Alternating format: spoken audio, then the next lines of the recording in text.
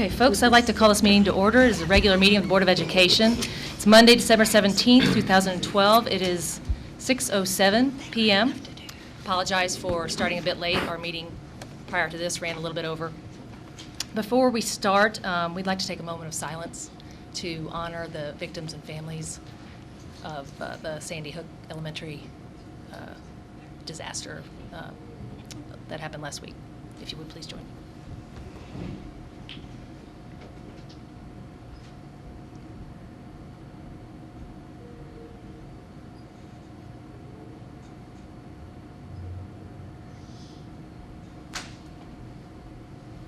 Thank you.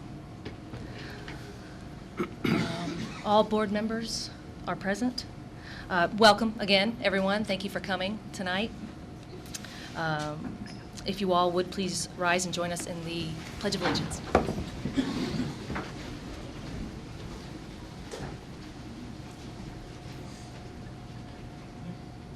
Pledge allegiance to the flag of the United States of America and to the republic for which it stands, one nation under God, indivisible, with liberty and justice for all.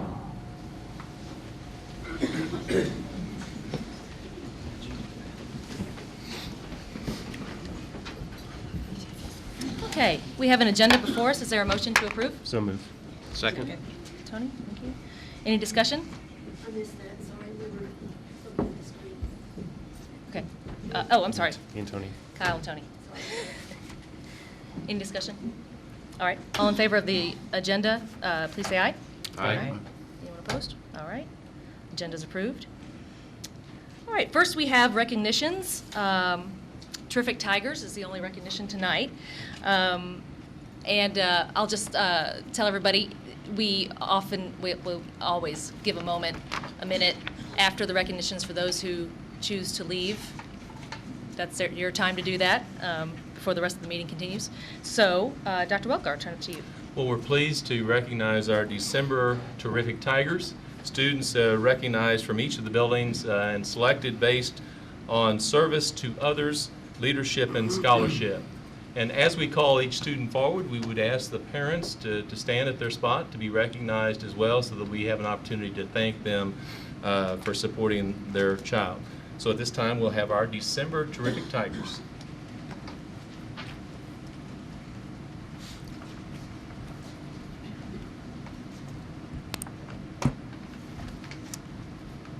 First up, from Alma Schroeder Elementary School is Truman Clubb, first grade son of Shannon Clubb. He's wearing a tie, look at that. Truman was recently honored as a 3-ribbon winner for displaying outstanding character in 3 different teachers' classes. Truman is respectful, responsible, trustworthy, fair, caring, and kind. All of these characteristics make him a terrific student. We are pleased to be able to honor Truman. Congratulations.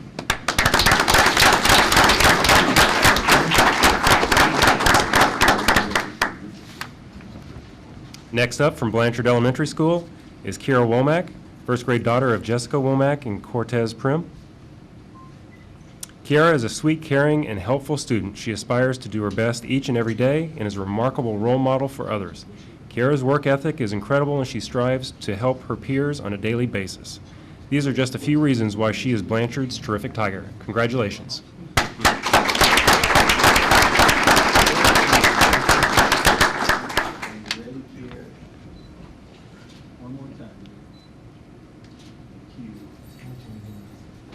From Clippard Elementary School, we have India Sisson, 4th grade daughter of Jeanette Sisson.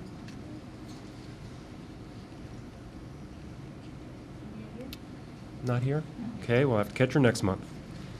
From Clippard Elementary, from November, we have Hannah Horrell, 4th grade daughter of Brandy and Cade Horrell. There she is.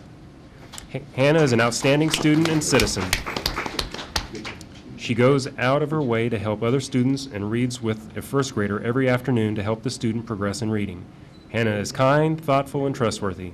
She was an A honor roll student first quarter, and her work is always complete, correct, and outstanding. She is truly a terrific Tiger. Congratulations, Hannah.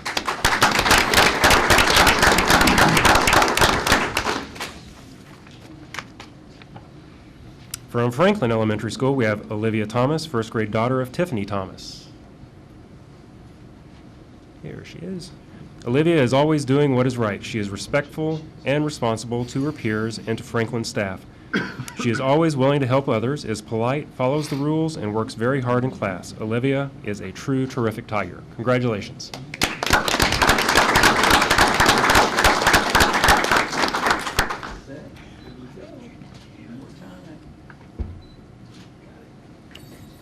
From Jefferson Elementary School, we have Kaylee Turk, fourth grade daughter of Suzanne Long and James Turk.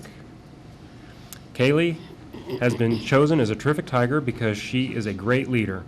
She is an outstanding student who always goes above and beyond in the classroom. She always shows a positive attitude towards her peers and teachers. She is constantly willing to help other students in the classroom and is an excellent role model.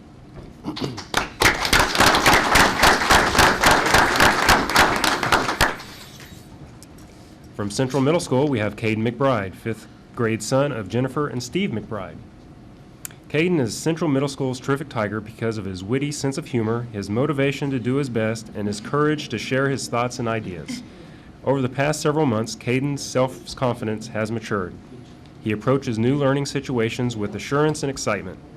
It is exciting to see him grow and develop into a confident young student. Congratulations, Caden.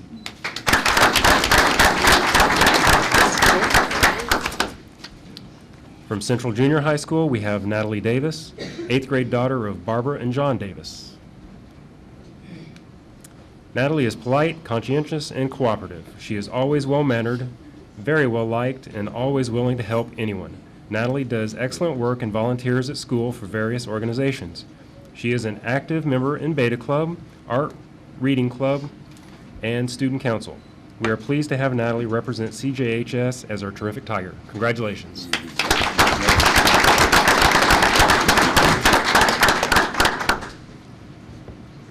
From the Central High School, we have Laura Wagner, 12th grade daughter of Karen and John Wagner.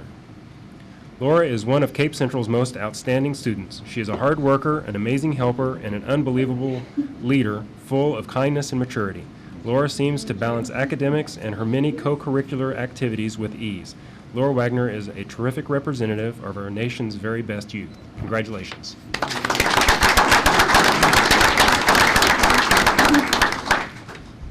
From the Alternative Education Center, we have Kieran McKee, 7th grade son of Tanya McKee.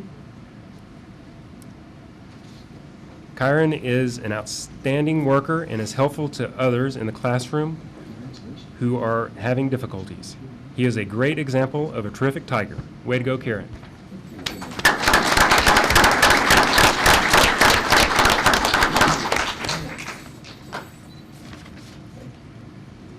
And from the Alternative Education Center from November, we have Taylor Scruggs, 9th grade daughter of Kara and Darren Scruggs. All right, I'll have to catch her next month. And that is it for Terrific Tigers. Congratulations.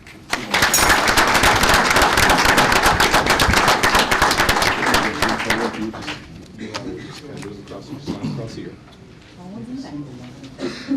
And then we'll move up behind them.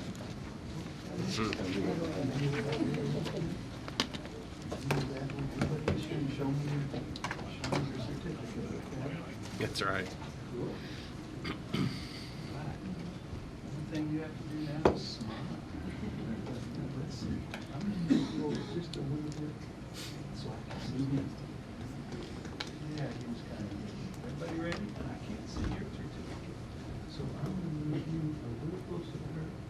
Lean over just a little bit. There, now lower, just a little bit. Okay. Got it just right. All set. Some smiles, everybody. Looking at me. One more. Stay there. Yeah, this is going to be in the newspaper, on TV. And all Stay there so all the parents can get one now.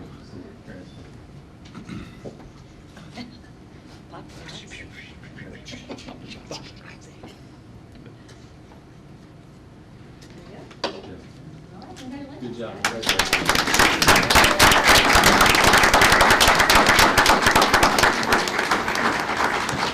Take a moment, folks need to get going. Sure. See you later. Not yet. Didn't start late. None of them start past 7:30. Because when it started at 8, they go to midnight. I'm not sure it's not 7:15.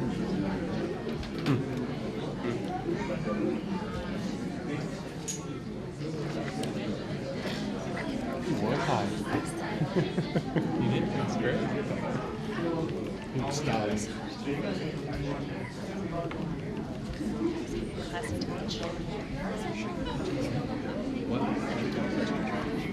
Yeah. So.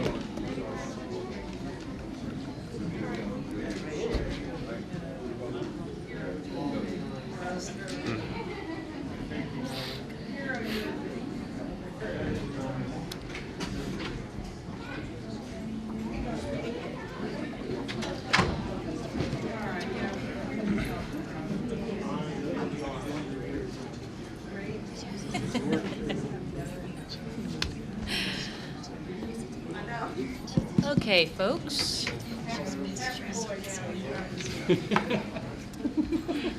Okay, next we have information, proposals, and comments from the audience. First is from McCarthy Construction. Good evening. My name is Chris Petker. I'm with McCarthy. Give you a quick update on where we stand district-wide in our construction efforts. We're wrapping up a few of our projects, 2 outstanding. We have the Franklin Demolition Project. We're just down to landscaping and some minor grading activities. So right now it's really weather dependent. Hopefully we get a little bit of a stretch of dry weather so we can operate some machinery on the ground and not track mud everywhere. So there's only about 3 days worth of work. So I'm hoping that we get some dry weather in the next couple weeks and we can finish this thing up, but that's really it at Franklin. The Performing Arts Project is going really well. We hit a little bit of a milestone by wrapping up our high work activities in the auditorium work, or in the auditorium area. We're planning on pouring the concrete in the auditorium on Wednesday and Thursday of this week, which after that we'll button up that outside hole that we have in the side of the wall there. Then we'll be completely enclosed. Other activities that are going on right now, we've got VCT flooring going down in the back of house, the green rooms, the changing rooms.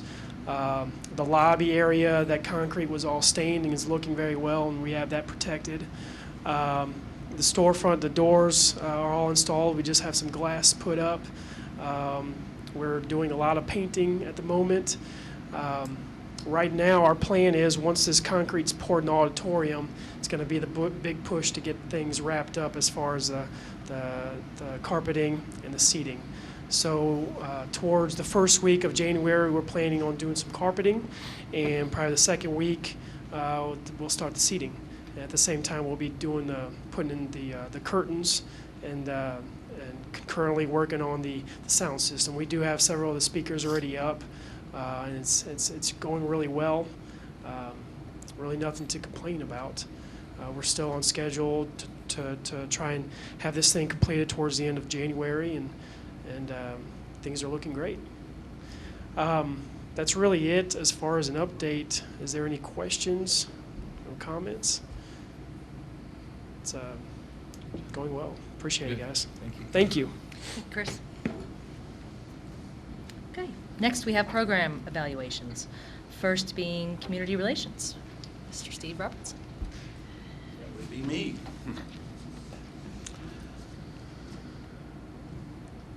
The strengths of the program, we're proud of what we've accomplished. We were one of 4 districts in the state to win any national awards this year. And as we noted last month, we won an award of merit for our Celebrating 100 Years video and an honorable mention for the You're on Our Turf Now magazine ad. We're doing a better job of keeping the website current. We change the homepage regularly with a different video or a story. We're keeping the announcements more current. We recently added portraits to the Schoolboard members page, and we've taken portraits of the finance department, and that's the next page we'll be updating. And once we once we have that format agreed upon, then that'll be a template for all the districts, all the departments. We introduced a Facebook page this year, and it grows a little bit week by week. This morning we had 340 likes. We generally have around 100 people viewing each post that we make. And it's exciting because it's going to just keep growing and growing, and it gives us an avenue to put human interest type stories that they're not really a major accomplishment, but nevertheless they're interesting to the general public and to the staff, because they keep us more informed, and we can use videos to their greatest strength. We do regular media releases to staff and the media and some organizations and certain patrons that have asked to be on our distribution list. And each year we've done around 80 per year, and this year we're on course to exceed that number. Last year at this time we had issued 28 media releases, and this morning I counted 44 for this school year. So that's up significantly. We continue to work with the media.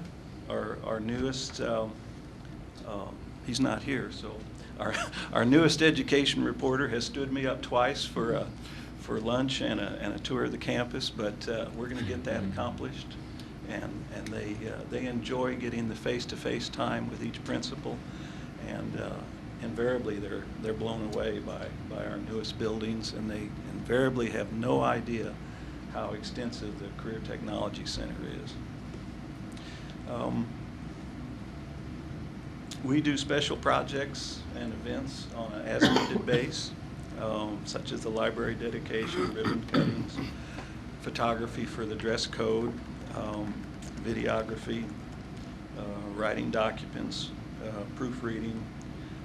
I serve on the marketing committee at the Career Technology Center, and we're making great progress there with focusing on their target audience and refining their publications.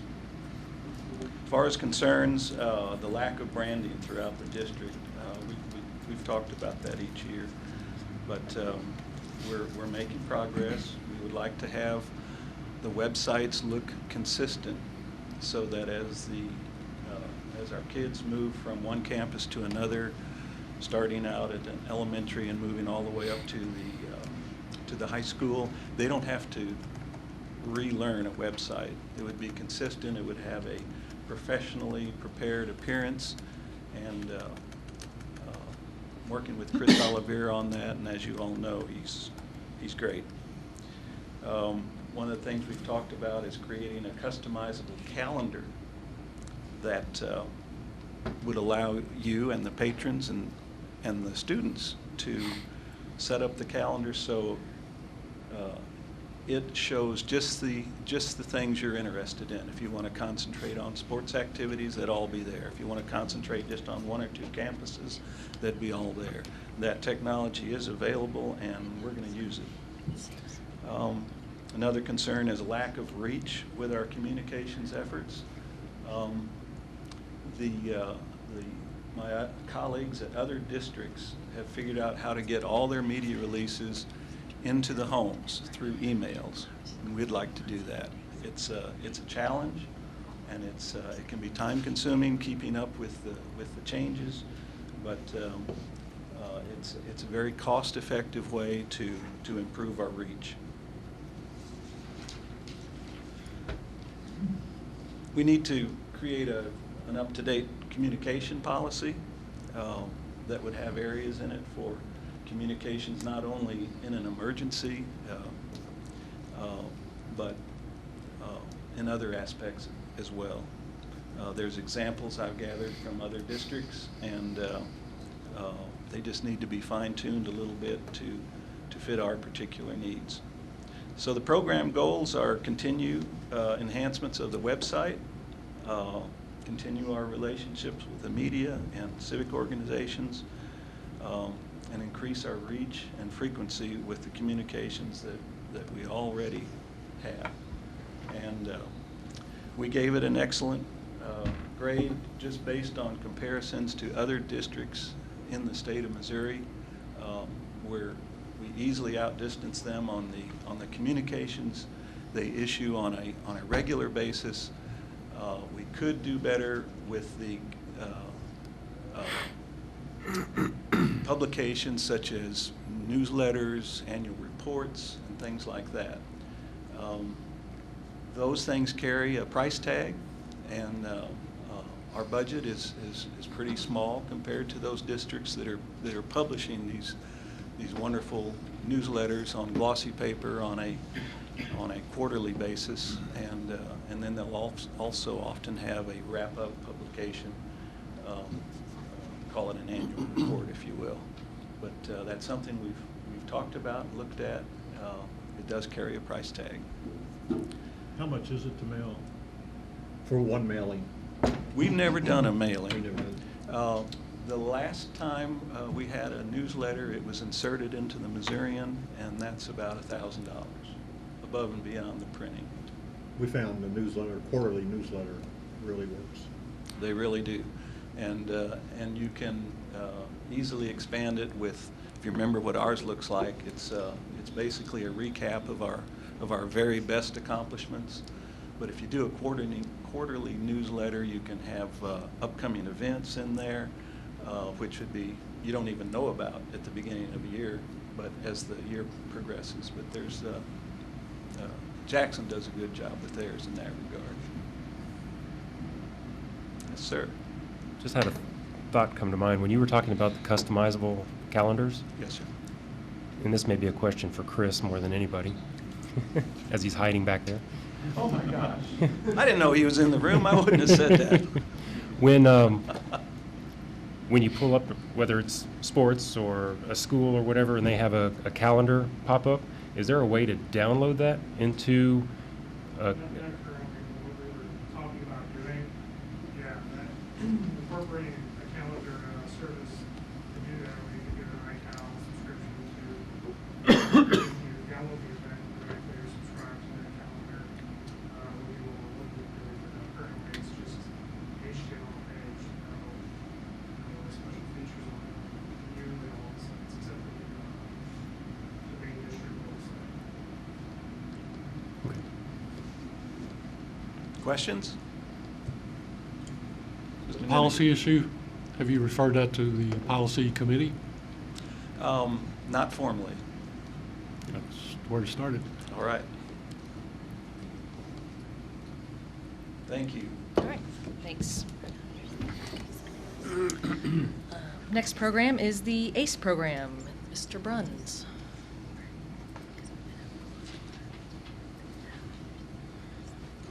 Good evening. I just wanted to take a few minutes and do a quick overview of our ACE program. That ACE stands for Academic Course Enhancement.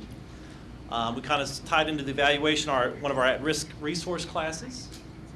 Currently that involves 2 of our staff members, and they're both part-time. One of them is a retired teacher, and she's only there for 3 hours. The other one's one of our full-time staff members, and she teaches comm arts that other half of the day. That's why we end up with 2 part-time people. Some of our statistics below there. Basically what our ACE and our at-risk programs do, focusing on those students who need that extra assistance, whether it be study skills, whether it be organizational skills. We also look at personal success skills. There's those teachers I know spend time on academics. They spend time on like I said, keeping those students organized, keeping their pieces together, catching up with assignments, but they also spend time talking with them about what does tomorrow hold for you, and what's going to happen after high school, and helping them realize that even as 7th and 8th graders, that those plans start now. If you're going to be a successful adult, that you got to start, paving that way right here and right now. Some of the big benefits, I think, are the low numbers we have, the student-teacher ratios. I don't believe we have a class that there's more than 12 students. It's probably one of our biggest ones. 12 of those at-risk students with one teacher. A lot of guided instruction, a lot of one-on-one time can happen there. I do know that my at-risk and ACE teacher, they keep up with all the staff members. There's a lot of collaboration with everybody to touch base with only, not only what is the student missing, but also how are you teaching this concept, and how did you go about making sure that the student is aware of the information that they need, and keeping them on task that way. We expose them to the CTC. We generally take those students when we can on a tour out there and expose them to, again, that piece of maybe what happens after graduation, and using the CTC to foster those steps. A lot of those students like that hands-on experience that they can get at the CTC if they want to be an auto mech, where they want to be a cook, where they want to be a nurse, wherever their paths might go. So we take advantage of that. In the past, we've worked with SEMO for those students that might be college-bound to let them see kind of what's out there. They've worked real well with us on campus tours and not just a ordinary campus tour, but maybe a scavenger hunt around the campus, because a lot of those students have never even seen what's inside those buildings. A lot of our students, I think, live near it, ride their bikes by, skate by it, whatever, but have never been in there to see what does college look like a little more in depth. And so without getting real heavy with them, they do a great job of keeping it light, but again, exposing those students to what SEMO has to offer for them. We do work with the 7 Habits of Highly Effective Teams. It's a concept that we've been working with them for quite a while. Again, that's more of the character building and those pieces where we look, like I said, we don't go away from the academics, but life building skills and hopefully creating successful adults. A few concerns, a little bit of the funding, as always, is always a concern. Funding sources for special programs. And we would like more students to have access to the program. We are working with our guidance counselors and our teachers to build a good solid rubric as to which students to be placed in these programs and the whys we're placing them there. And not on a whim, not just use this as a glorified study hall, but actually those students who are going to use it. But then at this time of year, as we're looking into second semester, I'm also looking at those students who have been in the program but might not be choosing to use it as effectively as they could. And so some of my students were moving out to other electives because they're not using the resource of that teacher as well as they could, and as well as another student might. So hopefully getting the best bang for the buck, getting the student that's going to get the most benefit in that program. Again, our goals there to provide at-risk students with that extra assistance in organization, study skills, and that interpersonal relationships. And then also to provide students with a designated staff member who will assist in monitoring their academic success. And they do that with using the whole staff as resources. So that's kind of our ACE. Yes. Since this is an evaluation, you've got 4 items listed as you expose people to things. How did you evaluate that to determine that they're of value to this program? I think exposing them to like the experience at CTC and at Southeast, when we come back from those trips, it's some sit-down time with the teacher, and I know there were journaling activities and some other activities like that where they're reflecting on what did you see, what did this maybe open your mind to, to where we've had some of those times when students, they don't know what to expect when they go through there. So I think that's a big part of the battle. By just exposing it to them, I think starts those wheels moving. And like I said, so the trips to the CTC and seeing what's out there, well, maybe I would be interested in it, or that did look interesting. So I think, like I said, just some inner evaluation, talking with the students about what they found valuable, what maybe, what are they thinking about now, what direction might they be moving. Thank you. Anyone else? Okay. Thank you. Mr. Burns. Next is the PASS program with Dr. Cowan. Good evening again. The PASS program, as many of you know from the years, was a program that we designed to support incoming freshmen in making a more successful transition to senior high school academically and socially, with heavy emphasis on the academic. And the basis of this from the very beginning was indeed to do a successful transition program for our freshmen, with the clear understanding that if we were going to tackle our graduation rate issue, we wanted to do that with emphasis on our incoming freshmen and making sure that they started successfully. Because we know, and the research is really very clear on this, that if the kids do not start that freshman year well, they tend to struggle all the way through high school. And that's been our goal all the way through. The data down below should look familiar to you. Those of you who were here in June, I think it was, Dr. Welker, if I remember correctly, when we did our discussion on graduation rate, June, July. From there, this data was presented to you at that point. It really has not changed, obviously, since then. We are yet to have another semester to put in the mix. I just would point out to you that the 2007-8 was really considered our baseline data. That was the year before the program started.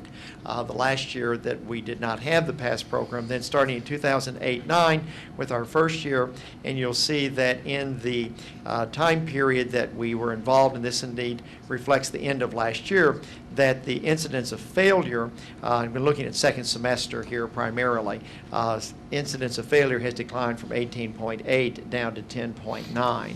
And then that ties in obviously to our second semester off track for graduation, baseline again 07-08, and then going from 20.8 down to 5.1. And obviously we're very, very pleased with those numbers. If we look at the strength of the program, again, I'd say the number one is the fact that it is a systemic intervention for academic and social intervention for all of our incoming freshmen, in the sense that it is applicable to every single freshman who walks into the high school. And we feel good about that far-reaching arm. Secondly, we've always needed an opportunity where we could implement our Missouri Model Guidance Program, which the state of Missouri advocates, but it's hard to implement that program because it's a full curriculum without pulling the kids out of other core classes. And with the big push right now on academic achievement and EOCs, the PASS program gives us an opportunity for the counselors to go in and get to know their kids and to deliver that model guidance program with the kids not being pulled out of English or algebra or science. We also were very fortunate at the very beginning of the PASS program 4 years ago, in the sense we were able to team with the University of Missouri, Southeast Missouri State University, with the College Access Grant that the university secured. We've been in partnership, and we've had that for 4 years. We do know for sure that grant is ending. The university will not be eligible to have that for a 5th year, but we are going to be able to borrow some of the curriculum materials and some of the activities that they've introduced to us during that time, and we're going to be able to deliver them, we believe, ourselves directly. And then also the PASS program provides a natural vehicle for the use of community resources. I think Phil can speak to that. He's been there in junior achievement and has spoken a few times to our PASS program, and again, that gives us an opportunity to bring those resources in without taking the kids away from their core curriculum. And we've always been very pleased about that as well.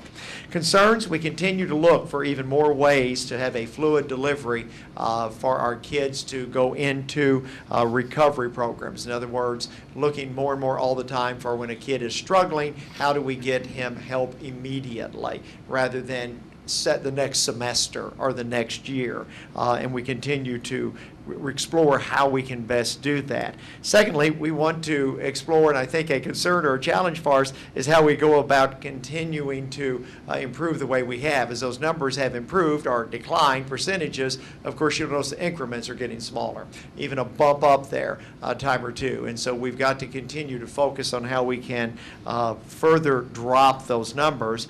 And then thirdly, on continuing to see how we can use this to address our whole student mobility issue as we bring new students into our school on a regular basis.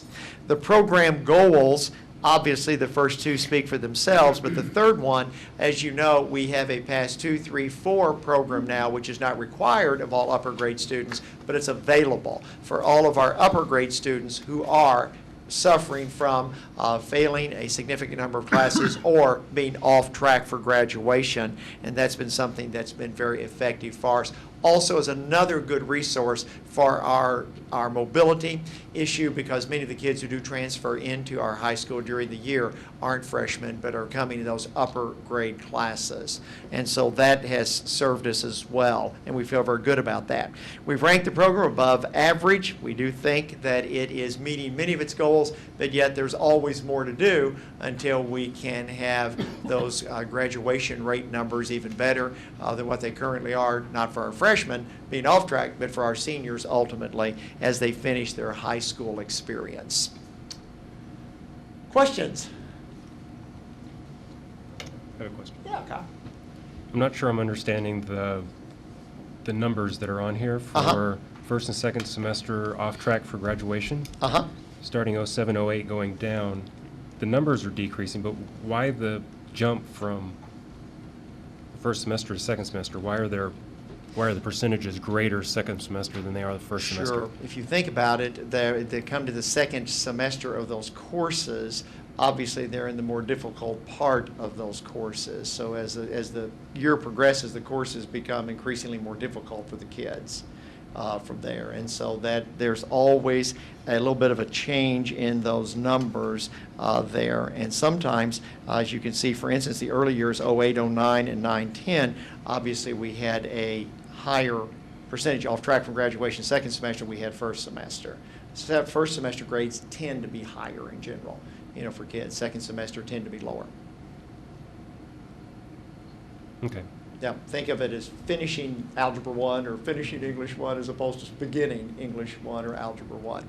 So that more of them were not failing first semester, but then getting to the second semester, they've either failed the course or Yes, sir. didn't finish the course. Yes, sir. Okay. Yes, sir. Although it looks like the past program has brought that gap down significantly. In 09, 10, you went from a 543 first to a 14 second.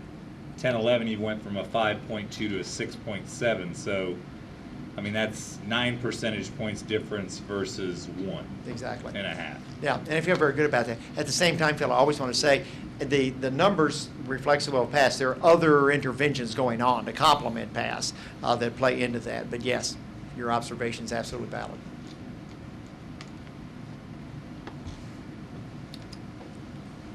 I kind of have more of a question for Dr. Welker. With the confirmation that we're pursuing professional learning communities with the schools now, and the revelation that what we've been doing wasn't exactly that. And this past program, implementing the PLC portion referring to systemic interventions, I would wonder if it'd be possible for the staff, for you, whoever, to do a in-depth review of this process to see if what we're doing here isn't redundant, in that we're spending money to implement PLC in a special little program when we're doing it entire district-wide. And that includes this systemic intervention thing. And I'm not positive I totally understand the question, but let me try, and then I don't know, Dr. Cowan, if you have comments as well. The PASS program, as I understand, was started as just one piece of what began as the PLC process at Yes, the sir. high school. It was something that I believe that you observed from Stevenson High School maybe, or from Dufour, or I'm not sure where it came from exactly, but it was one piece to address, again, the transition for freshmen into the high school to address graduation rate, basically. In terms of the district-wide PLC, what we're trying to do there, and I think if you look at research, you'll see that schools that have implemented it on a district-wide level and in depth have had much more success than just at a building. So rather than just trying to implement it at the high school, we're implementing it district-wide so that we're all on the same page and we're all moving in the same direction.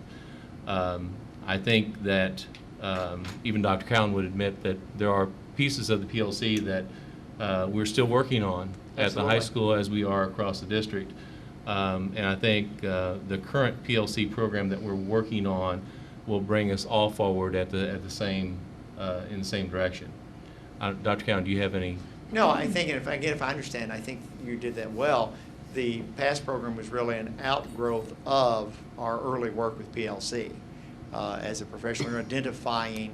If you know, Paul, for instance, take it to the one-to-one initiative. You know, when indeed that first came to the table, I remember we had that discussion last summer and say, well, how do we go about tackling this? Well, DeFore would say at PLC, you form an action, research team, and you start addressing that issue and see what your possible solution is. Well, that's what we did with our freshman issue there. That was the recommendation of our PLC at the time to implement the PASS program. So the PASS program was a natural outgrowth of our early work with professional learning communities. Can I intervene something here Okay. too? I think also that when what we're doing now in PLC, as far as elementary levels, they've got intervention teams in place during the school day. That is what this is intended to be, and Dr. Cowan and I have talked. It's a good program. Do we need to expand it and figure out more interventions during that time period, not only for those lower end kids, but also for the upper end kids? What do we do when they do know it? What can we offer those kids as enrichment type activities during PASS instead of, as I think Mr. Brunn said earlier, instead of possibly just let them doing homework and just sitting there, whereas we are doing some interventions for the at-risk kids in those classes. So I think as we tend to grow as a PLC, that PASS program will also become richer in what it's supposed to do. It's a great start. It was a good program. I think when it was developed, as the Action Research Committee came up with that program to help those failing students. But like all programs, we need to evaluate, the content, the curriculum of the program, and how we can best address all students. Well, then we come back to the fact that the PLC wasn't faithfully implemented. So how do we know this product is producing a really viable result? Now we're coming back to, well, the graduation or the failure rates are one thing, but then when you look at the standardized test scores, we're not producing those good of scores. So we possibly didn't fail, but we are generating students who are testing proficient in the standardized test. Are the standardized tests important? According to state standard, we're supposed to meet those, right? Right. So if these figures produce people who don't test proficient, what have we done? I think we still have work to do, and we continue. I know that, as we go through this PLC process and we look at everything is from formative assessments, which I know the high school has done some work on in the last couple years, and we look at putting together the rest of the pieces of PLC. I believe that we will then come to address those issues in terms of student performance and put in additional interventions. This is just one piece in terms of the PASS of what we're trying to do as far as getting our student performance where it needs to be. I think there are many more things that we are going to be implementing as a part of PLC. Mm-hmm. And we're just beginning that process as a district, and we want to do it all together with the high school and all our buildings. So follow along with my request for the analysis of this program to see if it's worth the money. Then as you bring other pieces of the PLC thing on board, are we going to spend more money for implementing those individual sections with specialized programs, or does a full-fledged PLC capture everything that PASS does, or the important parts of the intervention? Am I understanding right? I mean, PASS is separate. It's part of a PLC, but it's not, those two terms are not synonymous. Similar. When it was introduced to the board, it was called PLC initiative. I If think. you look back at the. But I think is it a subcategory from a PLC? It's not, they aren't equal. Right, no, they're not. It is a strategy that came out of our work, Paul, as we introduced the PLC that's there. And I think the part that we're really focusing on right now, district-wide, is the essential learning outcomes and writing those. But those are really going to be curriculum-specific. I think there's still going to be a need for that PASS program. If you look at most high schools, for instance, you're going to see a freshman transition program in place of some kind. And even a lot of colleges are using them today. In fact, this is just sheer coincidental.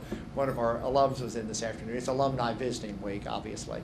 They're coming home for Christmas, and Christian Cavanis, who was our quarterback last year, was in for this afternoon to visit with me for a few minutes, and he was telling me about his schedule at his college, and he said, well, I've got 5 classes. He says, one's a PASS class, just like we had here. I kind of smiled when he said that, and that's a fairly typical presence you're going to find right now. At that, not only at the high school level, but the collegiate level as well. But that is only one piece of the total professional learning communities model. Paul,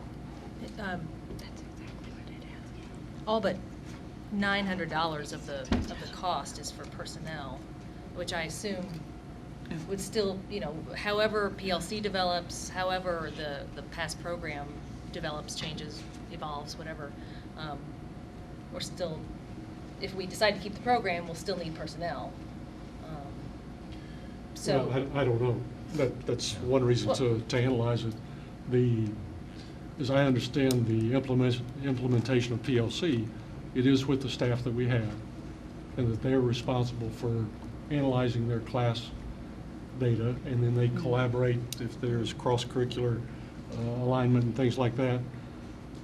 I didn't hear mention of any additional staff. Is that correct? Well, again, going back to the elementary model, we have those interventions inside the classroom, Tier 1, Tier 2, Tier 3. We also have interventionists in the buildings. Typically, they're title people that provide math and comm arts interventions. This class is attempting to do just that, what is done in the elementary at a freshman level. As Dr. Cowan said, we do some at the higher grades, but not as many kids are necessarily touched. But that's the same process of that RTI model. That's what PASS is an RTI model. And the thing that I think you and I have talked about is really strengthening the interventions during that time, which would be the PLC. The whole staff issue, wouldn't it be something that could it'd be analyzed continuously, correct? I mean, Sure. if there was something as the PLC district-wide is developed and in the high school, it turns out that there are things that can happen in the classroom that would replicate, the PASS program. I assume you'd tell us we don't need to have the PASS program anymore. I assume I would, or I would be told we didn't need. Right. How many FTE is 197,000? Is that 4? Four. Four. Right. Is this all they do? Or do Yes, they- that's a full load for those 4 people. But reading your program description, the main purpose of PASS is not to improve testing scores. I mean, hopefully that will encompass it, but primarily it's to transition kids into the high school. Yes, sir. And keep them on academic progress. Yes, sir. It's not to say that their SAT scores will be higher or their state certified scores or anything like that. I mean, hopefully that'll all come in keeping them focused and on their studies. Sure. But really, the true determination of this program's success is looking at the decrease of numbers off track to graduation and an improvement in your graduation rate. Yes, sir. I mean, that's At the end of the other day, things that's are it. important too, but I Right. think we could have a discussion all night long on standardized testing. Sure.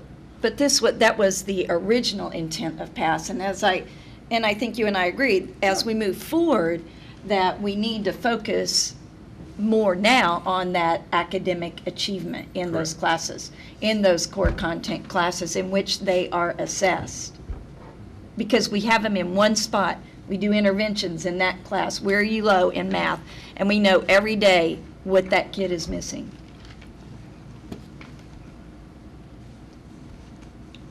I just don't know how you would incorporate the materials that they do in the PASS class into all the other classes.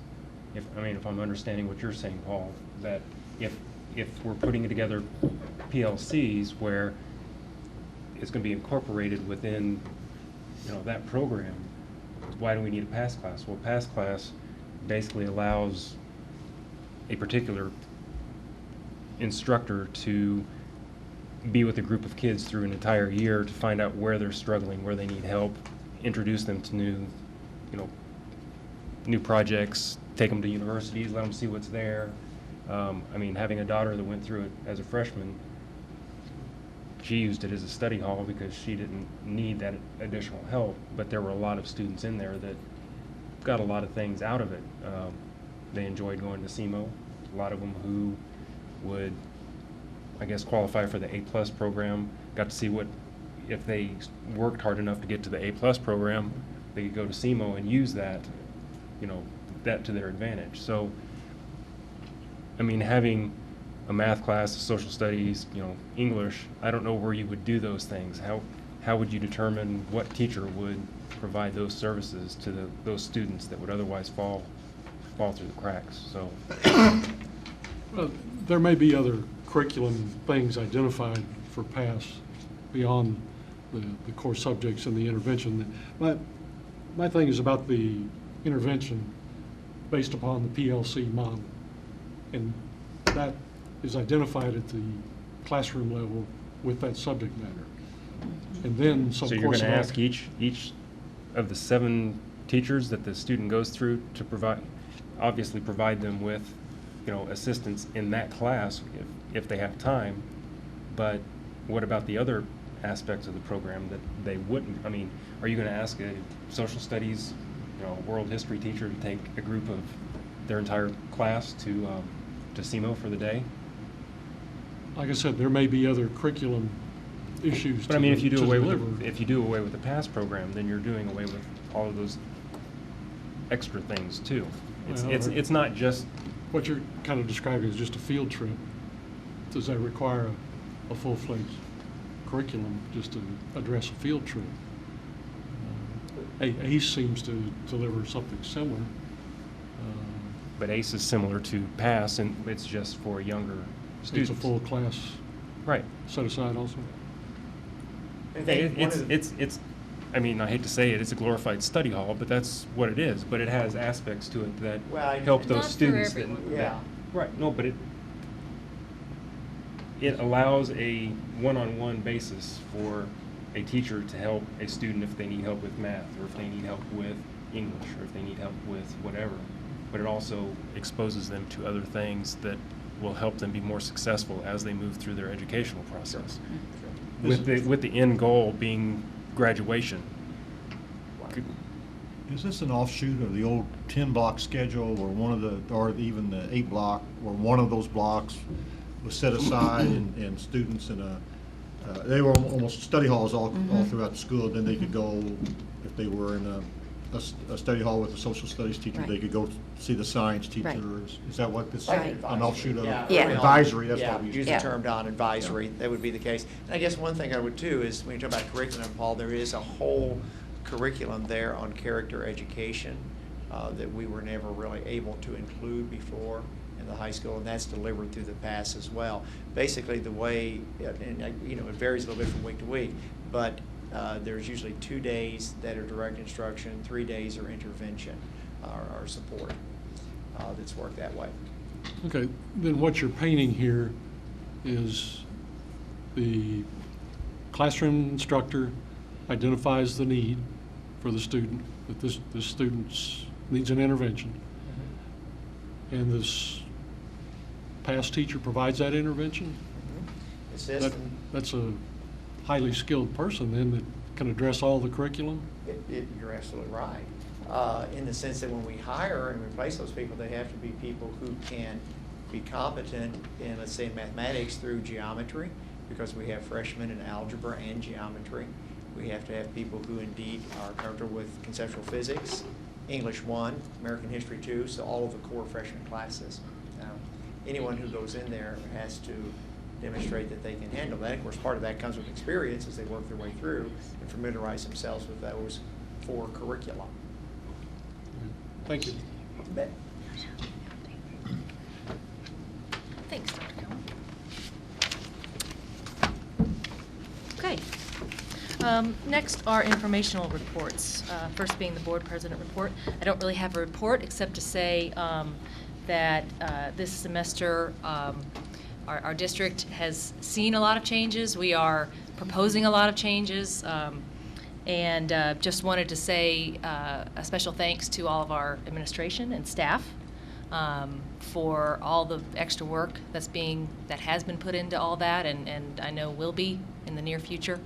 And certainly to students and parents also in dealing with some of the changes that we've seen this semester especially. And just to wish everyone a happy holiday. So, that's it for me. Dr. Welcome. Well, I think first off, the tragedy at Sandy Hook Elementary School in Newtown, Connecticut, was unimaginable, and our hearts go out to the parents and staff of the school. I cannot imagine what the families of those who were killed are going through, and as well as it's hard to stop thinking about. I do hope and pray that they somehow find peace and comfort. With regard to our district, we continuously review our safety procedures, and we've had numerous discussions even today with our staff, and please be assured that safety is certainly one of our highest priorities with our students and staff. And we will continuously look for ways that we can improve that. And I guess I'll follow that up, although it seems difficult, and I'm sure it's difficult for the people in Connecticut, but to say happy holidays as well to our students and parents and staff, and certainly to the Board of Education. I would remind everyone that the board meeting in January is changed from its normal date. There's just numerous conflicts in January, and so that date is January 17th, which is actually on a Thursday. There were just so many things going on in January that we just couldn't find a date. So Thursday, January 17th will be our January meeting. And that's all I have. Thank you. Do we have a report from the CTA this month? No? Okay. All right. Thanks. Next is the Treasurer of Finance report. Ms. Clifton. For the month of November, we did have total revenues of 1.8, and we had expenditures of 5.2. I did want to bring to your attention, when you looked at the monthly revenue and expenditure reports, there's a couple of new lines. What I'm trying to do is kind of just make it more clarified a little bit better. So there was a line that says adjustments. When I began your Treasury report in July, the beginning balances were, of course, projected until the final audit. So there was an adjustment made to those projections to bring them to actual. So when you see that line, that's what that is. And currently in our general fund, with the cash available as of November 30th was $5.4 million. We did, of course, have a $6 million tax anticipation note, so during the month of November, we did have to utilize the tax anticipation dollars for our payroll. Does anyone have any specific questions? No? Okay, thank you. Next are board reports. Mr. Call, legislation and MSBA. We have no video tonight. I know most of you are disappointed in that. It's a bummer. Beth did not provide any popcorn. Without the popcorn, we won't see a movie. Legislature, the legislative forum is in February 19th, 9 o'clock to 4 o'clock, obviously in Jefferson City. I think they can see Beth about registering for it. And I looked on the webpage, I didn't see a deadline on that. So, and I think with that, we may qualify if somebody, either in the administration and or the board attends that we may qualify for that leadership award. I'm not quite sure about that. January 17th, there's a webinar, and I think I looked up the price. It's quite expensive, so I don't know that anybody wants to get on that. But the Missouri Supreme, it's on collective bargaining. The Missouri Supreme Court came out in November with their decision, and there were two decisions, I think. I don't know if Dr. Welker's read that or not. That both went against school districts, I think, or added to what school districts need to do. And it's interesting, I went to a collective bargaining seminar in either October, it was in October in St. Louis, and the people doing that seminar said, wait, they will come out with these decisions after the election, so as not to taint the election. And they did. They came out after the election, after waiting 9 months. Most of these decisions come out in 60 days, they said. This one, they waited 9 months till the election was over. And School Board Recognition Week is January 20th through the 26th, I believe. So that's it. Okay, thank you. Next is the Cape Public Schools Foundation. Mr. McDonald. The only thing they would like to announce is that on Saturday, February 9th, from 6 p.m. to 11 p.m. is the annual Penguin Party.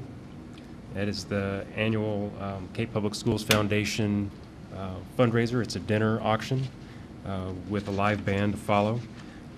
That is where they raise the majority of their funds that they get annually to fund the teaching grant programs that provides additional funds to teachers that come up with innovative ideas to try new and unique things within their classroom or within their schools to help students be exposed to different things or to help come up with new educational ideas. So they just wanted to let everyone know to get that on their calendar. They will have tickets for individuals or for tables available. So get on the website, sign up early and often, and bring all your friends out. It's a lot of fun. So, well, if you don't have any friends, come make some. That's all we have. All right, thanks, Mel. Okay, next we have a consent agenda. Is there a motion to approve the items? So moved. Second? Second. Lynn? All in favor then of approving the consent agenda, please say aye. Aye. Aye. Anyone opposed? Okay, agenda carries. And for business, we have one item, discussion of the one-to-one proposal. Dr. Welker. Okay.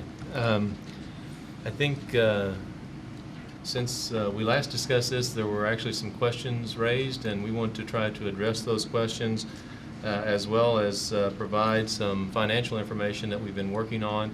Dr. Copeland, do you want to work on the questions first, or is Yep. our tech department, I think, is going to assist us with that? Is Yes, that right? they are. Or maybe they are. Hello? Hey, techies. I'm not sure if they are. Do not leave me hanging out here by myself. I'm sorry, were we supposed to do something? Yeah, funny. About that raise. We had it together the other day. They're just playing. Are you guys going to ask for money now? About that raise. Yeah. He's the one that put the antlers on my car, though. I just want to say. Yeah, I'm that. in trouble with Dr. Copeland right now anyway, so I'm okay. No. There was some questions raised about teacher training the last time that we talked. The research committee hadn't really gone too in-depth as to timelines of when the trainings would take place. We just had general ideas that it would be in the spring and also before school started, and then also again in the fall. And what we put together is if we went ahead and implemented as proposed, and we could get our PD person, the instructional coach, we could get that person on board, we would be able to start training February 25th, roughly, doing one-to-one teacher professional development. on that date, we'd be able to do 2.5 hours. And then following that, each teacher would need to give up one of their weekly prep periods to do a one-to-one professional development training with that coach, with that instructional coach. At 0.75 hours per week, that was the full prep period. Realistically, it'd probably be maybe 0.7. Give them a little time to get from the classroom down to wherever they're doing the training, so forth. Comes out to roughly 6.75 hours. And then 1 week or one weekly after school session would be provided by that training person, by the instructional coach. This would be optional, and it would be a question and answer session, and they'd be there for roughly half an hour at the end of the day. They just pick a day and say, I'm available, come down and see me. That could add up to, I think we said if each teacher came down once every other week or something, they'd get 3 to 4 hours out of that, just asking questions. And then the summer of 2013, we would do the Teacher Summer Academy at the CTC, I believe. I think we were going to try and schedule classes out at CTC and do an academy out there. And that'd be good for 6 hours of training. And then in the fall, August 9th, we would do a one-to-one teacher professional development training again, and this would be a 3-hour, so roughly half a day. And then on that day also, we would do a Moodle for new faculty, a 2-hour training. And then during the fall, we would ask for that one prep period a week for the professional development. That would add up to 13.5 hours. And then again, we would offer that half an hour after school that they could come in. It'd be optional, question and answer. Anytime that they needed it, they could come in. Now, if we stuck with that schedule just through the fall before the students ever got devices, we would have 31.75 hours of training. Now, other districts have recommended 15 to 20 hours before they get the device, before the students get the devices, in order to have a successful program. So we think that we're well ahead of that, and there may be some areas in there where we may have to trim back just a little, but we could still get 25 to 30 hours of this easily if we could stick to that schedule. And I don't think that'd be hard to do, especially with that instructional coach on staff. So every teacher gets per semester 1 hour of individual training. Is that what you said? No. During the day? One planning time per week. One See, planning they time per have, week. right They would now, give up. right now, they have, we're talking high school here, if that's where we roll it out, if we roll it out. But it would be, they have 5 days, or 5 hours periods of collaboration and 5 planning periods. So in a sense, 10. But like I said, going to PLC model, we have to use those. I think Dr. Cowan would agree that we have to use those 5 hours for collaboration, just what they're meant for, and that is collaborating on student work and assessments. So the other 5 hours are planning periods for the teachers. So we're asking 1 time a week for them to be trained in instructional strategies that promote the use of technology through the use of their devices in the classroom. And Chris has it pulled up over here, the spreadsheet that we were discussing. And we would continue this ongoing, especially for new staff coming in and staff transitioning over, because we may have somebody moving from junior high to high school. We may have somebody hired in the middle of the year. So we would always want the instructional coach to have those planned professional development times. And as you can see, it adds up fairly quickly, just from February to the end of school is almost 7 hours of training, just taking that one prep hour a week. So. And on February 25th, we did use only 2.5 hours that day because that day it is a PD day, but we wanted to leave the bulk of that day for if we had to finish up our ELO identification, our essential learning outcome identification. Right. And that's one of those where if 2.5 was a little too much, if we had to trim that half hour off, you know, we were looking at the 31.75 hours, so we were shooting for 30, and we came out with the almost 32, which was, you can't have too much training, especially when it comes to this. But this would be a really good way to get training for the teachers before the students ever touched a device. So.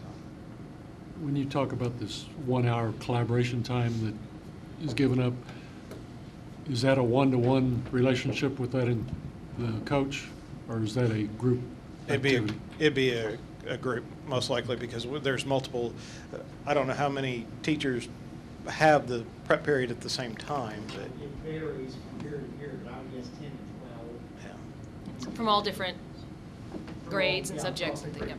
Mm-hmm. Well, yes and no. The core disciplines have common prep time. Right. No. Like that. So in other words, all social studies teachers have a common time. Okay. One period a day. But you're talking giving up one per week, so there would Out be of one of these 10. sessions every day for. Mm-hmm. Correct. Yes, sir. 2 questions along the training line. For substitute teachers, Yes. I know they do an annual renewal of their training to go through whatever the policy changes are or whatever. Are they going to go through kind of a condensed version so that they're aware of how the computers work, so when they come in and take over for a day? Because I know we use, you know, substitute teachers a lot, especially at the high school when they do professional development or they have to go away to, you know, classes or whatever. Are they going to be trained as well? Absolutely. Okay. One of the excellent things about Moodle is if you have a one-to-one solution and you have an online classroom suite like Moodle, if the teacher knows they're going to be out, they can plan that entire day.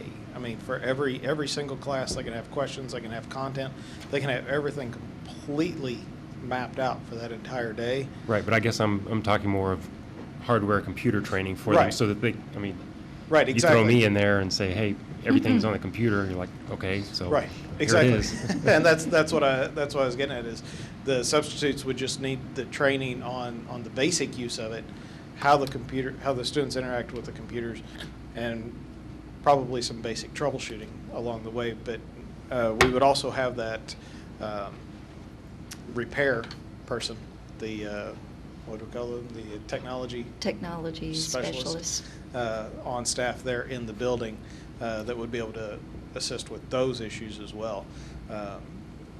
I think it should go much smoother with a substitute than it does now, even, because the teacher can actually record the lesson. Was it Jabber or Blabberize? Blabberize. Was one of the really fun ones that they use to do it, and you could take a picture and then animate it with your voice and talk over it, and then do slideshows. I mean, you could do everything completely recorded in there. So the substitute is facilitating that, and then also making sure that the students are able to use the devices and getting out of the content what they're supposed to. So they wouldn't need as in-depth. Like you said, they would get a summarized training, and then they would be trained on the devices as well. And what about those instances where a teacher leaves halfway in the middle of the year for an illness, and they have to have a full-time replacement? How many hours are required to get somebody replacing them up to speed so that they can run the classroom? Other districts have said 12 to 15 to get them up to speed. And do we have a training schedule set up? I mean, this obviously is before the students get the programs running. This would continue Right, but do we have a schedule Even set up after that. to get them the 12 and 15 hours of training quickly, or? Oh, yeah, and the instructional coach would also be available during the day, after school. They wouldn't be limited to those times. They could come down at any time and get training. So if they wanted to take more of their prep periods, they could do that. Plus, we have an orientation on the new staff. We'd do training on them, and in those instances, we would probably have to bring them in for like a day and get 8 hours training, and just make sure that they had that. We had some other situations where you may have to just bring that person in and say, okay, here, we're going to set you down for 8 hours, and we're going to go over all this, and get that really condensed, Sure. quick version to Right. get them up and running. And then all you need is a few hours after that. Plus, you have that support on staff that if they have any issues, need any training, run into questions, they have an immediate response from that person within the day anyway. And it is a tool in the teacher's toolbox. They, as an individual teacher, will probably not be using those devices every single day, every hour that they teach. It depends on the lesson, because this, like I said, it's an instructional tool in their toolbox that they can use. Yes, does it promote student engagement? For sure. But even like the substitute that you speak of, they could be without that computer while they're getting trained. They'll still be teaching, but it will be typical of how we're teaching now. Same cooperative learning strategies, none of that goes away. So it just is a little bit easier of a rollout. We're not going to say by, here you are on Monday, by Wednesday we want you using the device and all your lessons have to be on. That's not the case. We would ease them into it. Yeah, we're not saying, you get the devices, January 5th, by March 5th you have to be completely paperless. You can't use any workbooks. We're trying to make sure that they still have all those other tools available to them. But what we have seen from other districts is that happens. They quickly roll into this new model, and they quickly do go paperless, and they start using them more and more. And especially when everybody is doing it in the entire building or entire districts in some cases, the substitutes from other conversations that we've had haven't really had an issue with it, because they've come in and basically played the lesson, got the responses from the students, facilitated maybe a quiz or something during that, and they've just gone through it really, really smoothly. So I'm not saying that's going to be the case every time, but so far, from what we've seen, it does make it actually easier. Thank you. Thank you. But I hope this answered some of the training schedule that we looked at. Related to that, we're talking about starting on February 25th. And so what's the, working backward, what's the timeline in terms of getting that And that would be person hired? in a perfect Right. scenario if we rolled out. Working backward, it would be approval for a hire of an instructional specialist, technology instructional specialist, get them hired, get them up to date on our system, on Moodle, what we're using, and the devices, Correct. and then them set up a curriculum for the implementation. So that would have to be done in the next two months, basically. Definitely. And another part of the question was the training of those people coming in, the instructional specialist or coach, and then also the technology specialist. The instructional coach, I'm thinking 3 to 4 weeks for full training to bring them up to speed with our curriculum, how we do things, so devices as we start looking at them. The technology specialist person, 2 weeks to bring them up to speed, especially for what they need to do to start their job, because we would need to hire a qualified person for it anyway, and then mostly they're going to be doing troubleshooting, hardware repair, some software repair, hooking up cables, things like that. We could get them up to speed on that. Now, we would train them along the way, and they would become more and more involved in different projects. But just to get them in and trained, 2 weeks would be a minimum on that. But I'm assuming that the instructional coach would be a 3 to 4 Yeah. week minimum. So you And we wanna would hire like to, somebody we would immediate. like to send them also to a district that has fully implemented one-to-one successfully, obviously. You know, we were looking at Mooresville or, you know, we have been used to Winsville here. There are other districts that have implemented successfully in Missouri, so. But get them into a district with the instructional coaches of another district and kind of let them be trained. So for this to roll out to students in January of 14. 14, we need to basically hire these folks right away. Soon. To get the Just the proper. one. Just proper the one. training, and then Just the one. And then start the professional development and training of the Mm-hmm. teachers and all that to where we're comfortable. And I don't want to get ahead of what you guys else are going to talk about, but just with the financial Yeah. side of it. Yeah, that's, I'll I make thought some- maybe we should have done Okay. that first, Sorry, no, maybe, no. yeah. Okay. And I can make some comments about, I was going to do that at the end, actually. Yeah. I'm sorry. I don't mean to be throwing off In terms what you're. of the Yeah. financial piece, but I just wanted to make sure I was tracking I know, it right. Don't let me interrupt. How many more questions do we have? We have like four more questions to answer? No? Okay. No, Never that, mind. I mean, it was kind of all in one. It was about the training Okay. of the hires, when the hires needed to be made, and then the schedule. And then there was also about the reversing, putting the computers in the 8th grade down, and we do have that schedule. Chris has worked that up. He's redone all Is the that also arrows. feasible? It is feasible. Mm-hmm. You mean starting at buying all the high school and then working 8th grade down? It is feasible. Our biggest concern with it is there's no ownership of the device. Because in the 5th 8th through 8th? Correct. Because they would get a different device every year, because you have a new student getting that device every year. If you start in the 5th grade, they maintain that device all the way through the 8th grade. It gets checked out to them every year. So the biggest thing is that ownership of the device. And from other districts, that seems to be a big issue on how well they treat it.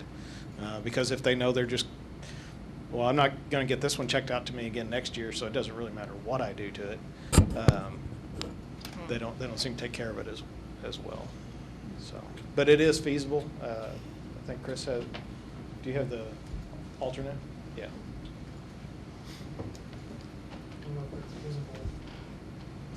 Boy. There's a lot of arrows. Yes, sir. If we considered the life of the computer differently, would that help with the ownership issue? That we wouldn't get so locked into the rollover there? We were considering the life 4 years on these devices, and for the cost, well, actually, we were hoping to get 5 years out of the device, and for the cost of it, that seemed fairly reasonable. I don't know how the life of it would affect 8th grade, because you would always have a different, if we started in the 8th grade back, you're always going to have a different Would that work itself out though eventually? I mean, isn't that just for your initial implementation? Once Right. everyone has devices, then you can Right. go back to an Well- ownership life where you issue new devices to 5th graders. Yeah, then- So the yeah. 6th graders would keep it for 3 years, the 7th graders would keep it for 2 years, the 8th graders would be the only ones, once everyone has a device, right? Right, then you were, I mean, you kind of. it's kind of hard to see basically- there, but then you start purchasing at the 5th grade level. Right. And then they start, it does work itself So out. it's a short-term issue on ownership. It's a 3 year. And everyone's getting used devices at that point anyways. Correct. Correct. So, This is the alternate one, and this is the one that you saw last time. And the only difference is the beginning. For the bottom 4 rows is the difference there. You can see that it starts 8th grade.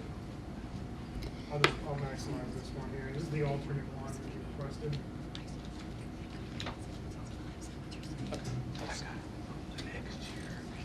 So this is where the purchasing begins in the 5th grade and goes on with the ownership. And then the only difference with these rows here, starting kind of like a pyramid shape instead of being like a rhombus. Right shape. you can see in, was it 2021 there, it finally sorts itself out. There's a lot of arrows.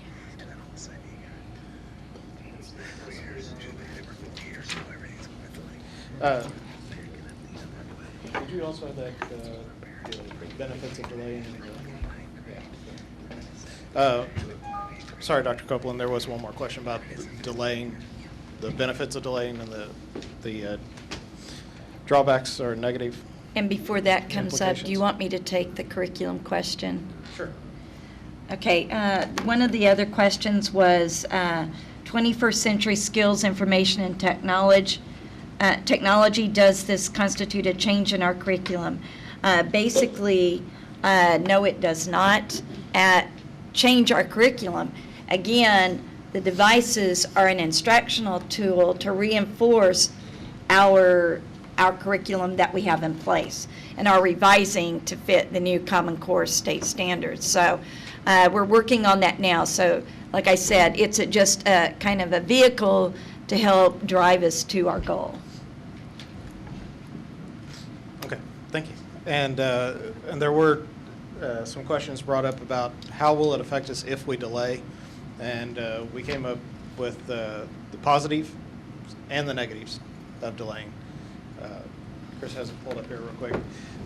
Some of the benefits, the device cost will decrease, or that is the trend. I hate to say will, but they should decrease. Device choices will increase because every month you're seeing new devices come out on the market.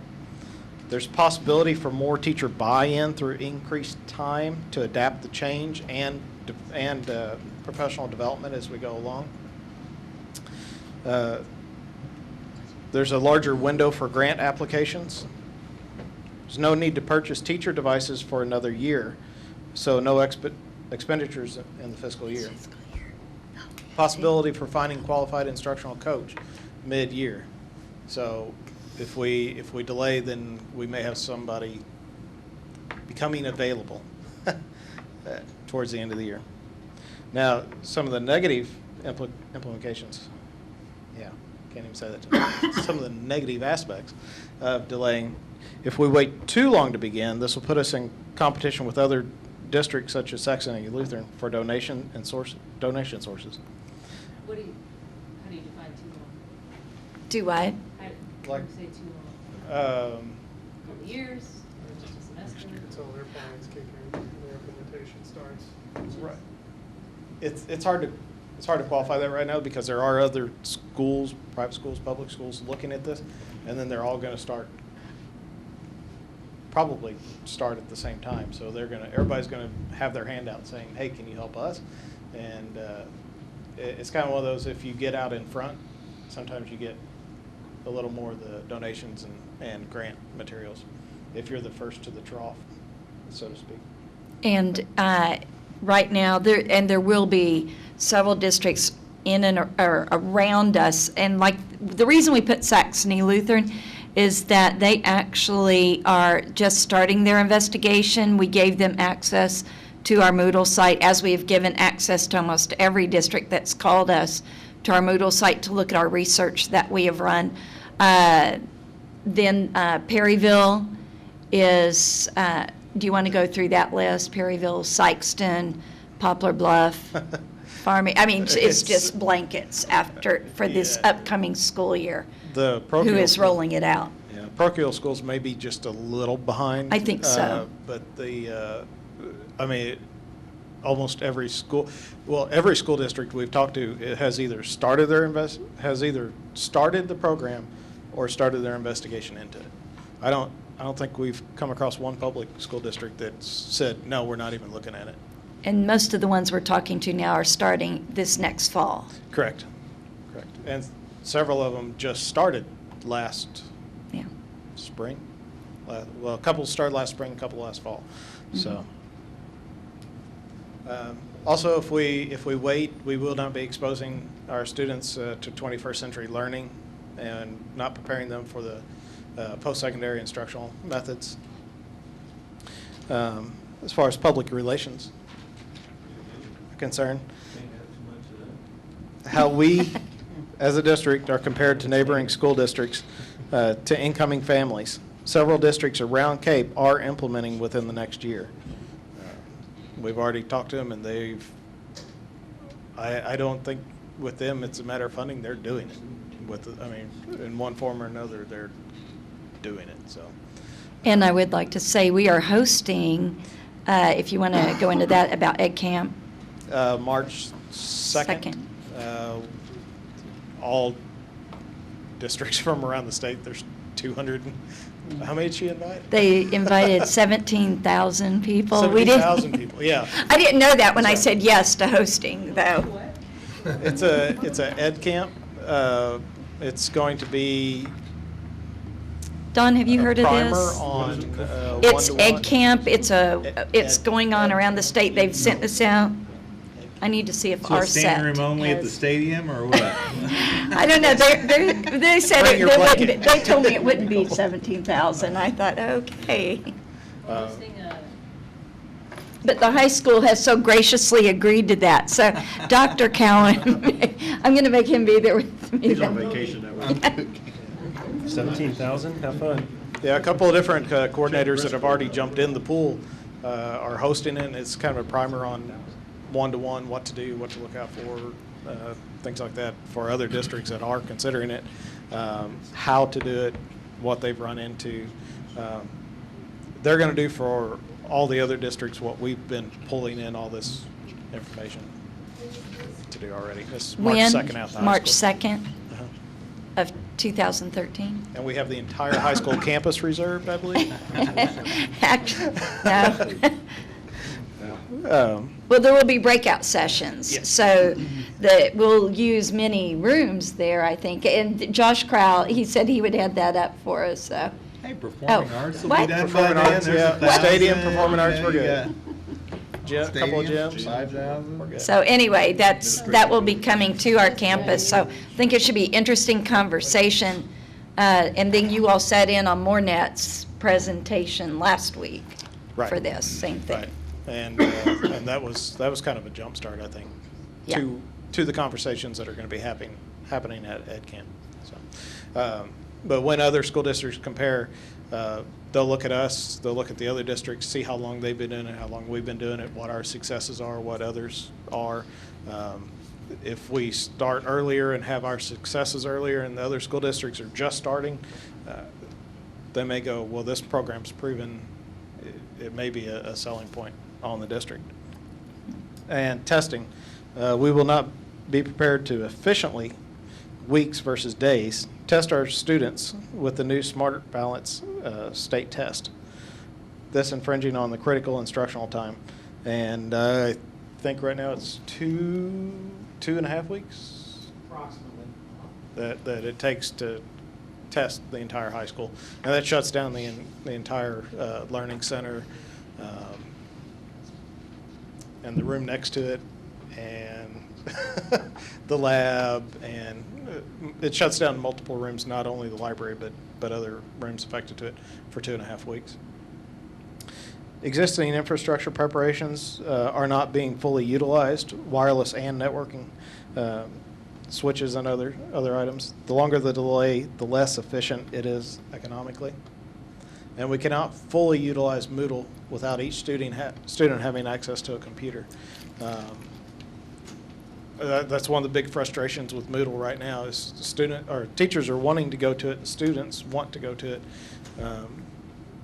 We just don't have the means to implement it, and BYOD is fine, but we only have at most 30% in a lot of the classrooms that would even be able to do a bring your own device or BYOD, with free and reduced and different items, different other things taken into account.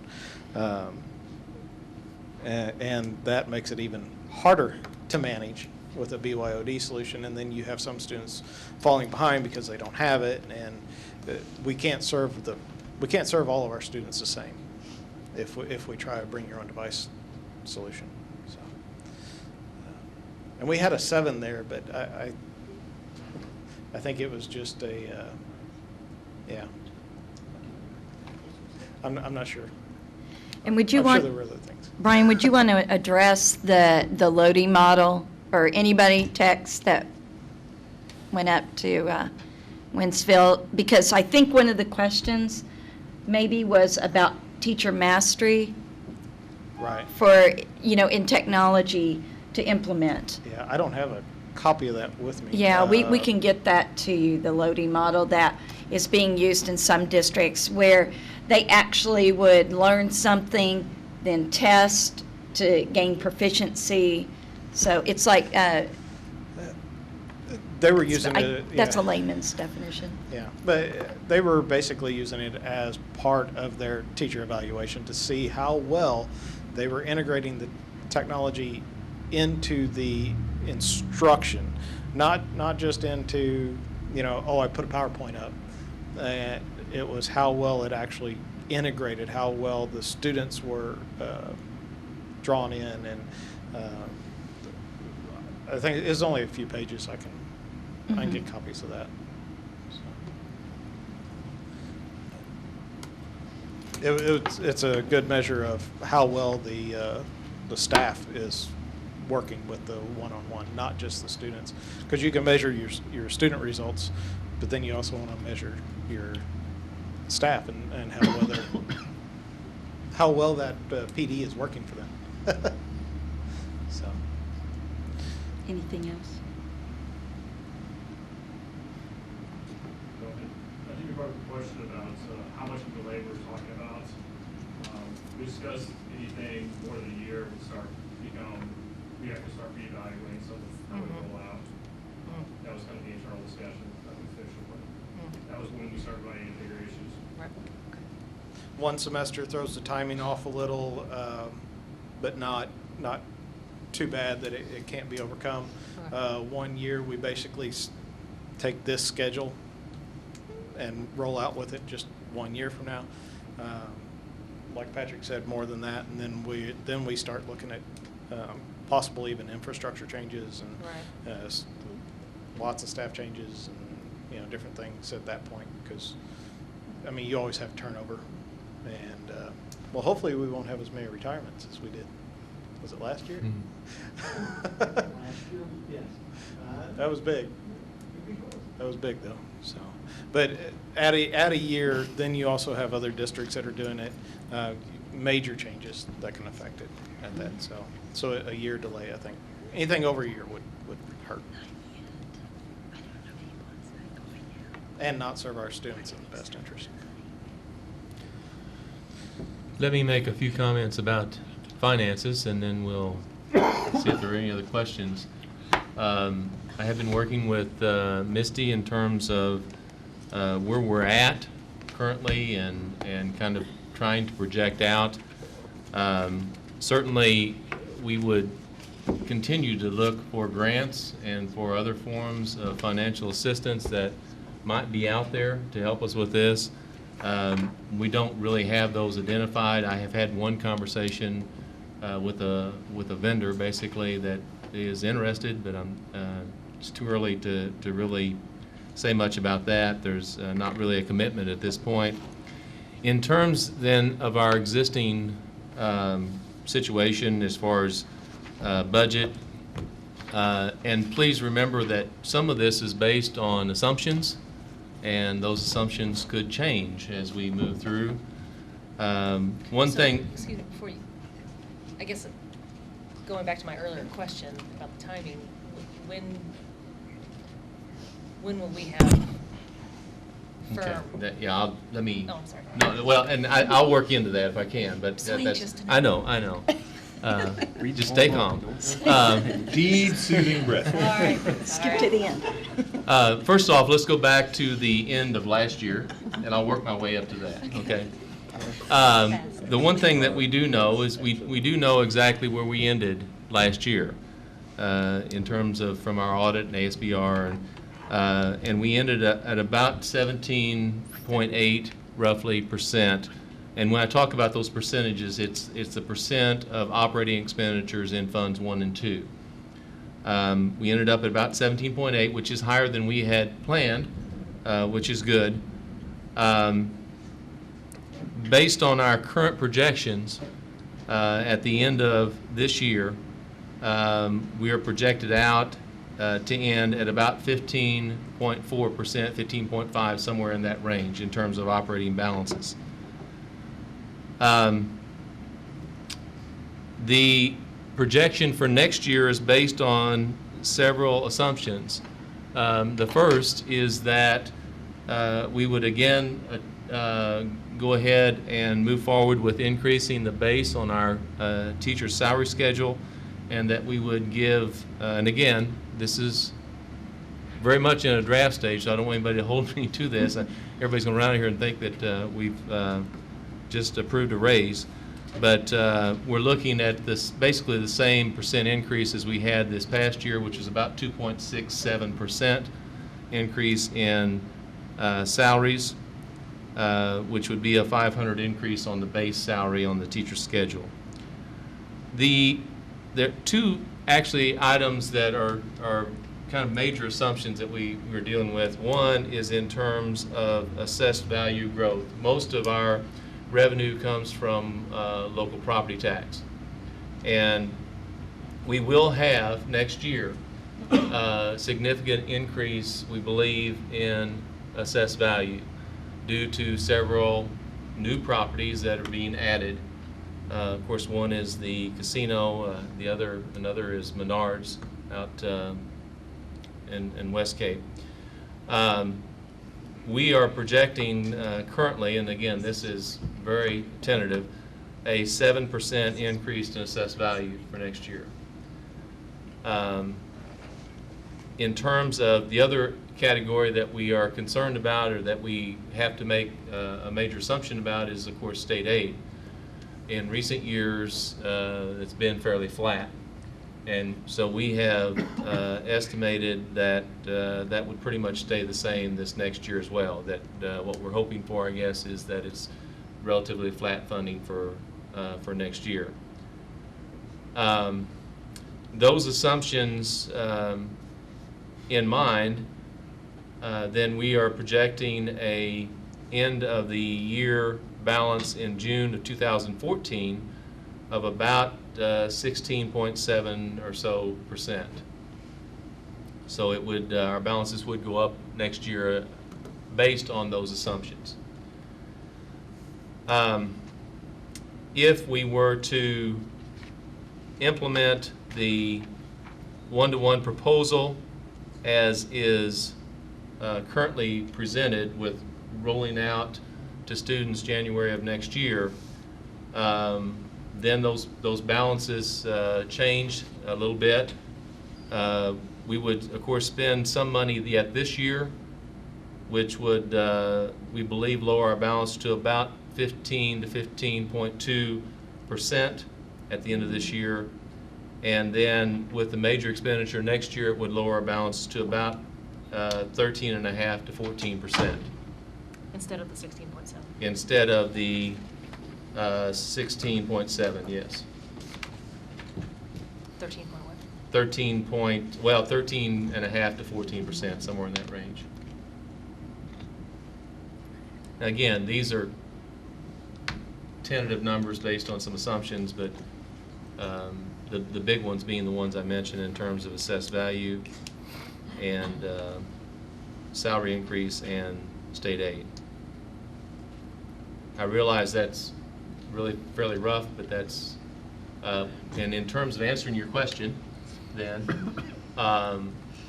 we will not know for certain about assessed value, really, the assessed value part, until, I'm guessing, June or so. Really won't know for sure. I mean, the final numbers come out in July, by the end of July. I've been working with the assessor's office and believe that they will be able to give us some better numbers in the spring, at least some estimates of what that's going to be. The state aid part, we usually don't know for sure until about the second week in May when the legislature adjourns. Now, there will be predictions all the way up to that point, but we really won't know for sure until that point. So I try to answer questions about the finance piece. One of the major expenses is the cost of the devices, and trying to follow some of the emails that I can't understand half of what they say. Some of these devices, and I think we even talked when we met up here, they're going to be lower than what we see right here, don't you think? I mean, if you had to vote right now, you'd say they'd be quite a bit lower, or somewhat lower. I mean, your estimate was high, as I recall. Right, it was fairly high. With the software and other things that we have to add on to it, I mean, the device cost has come down.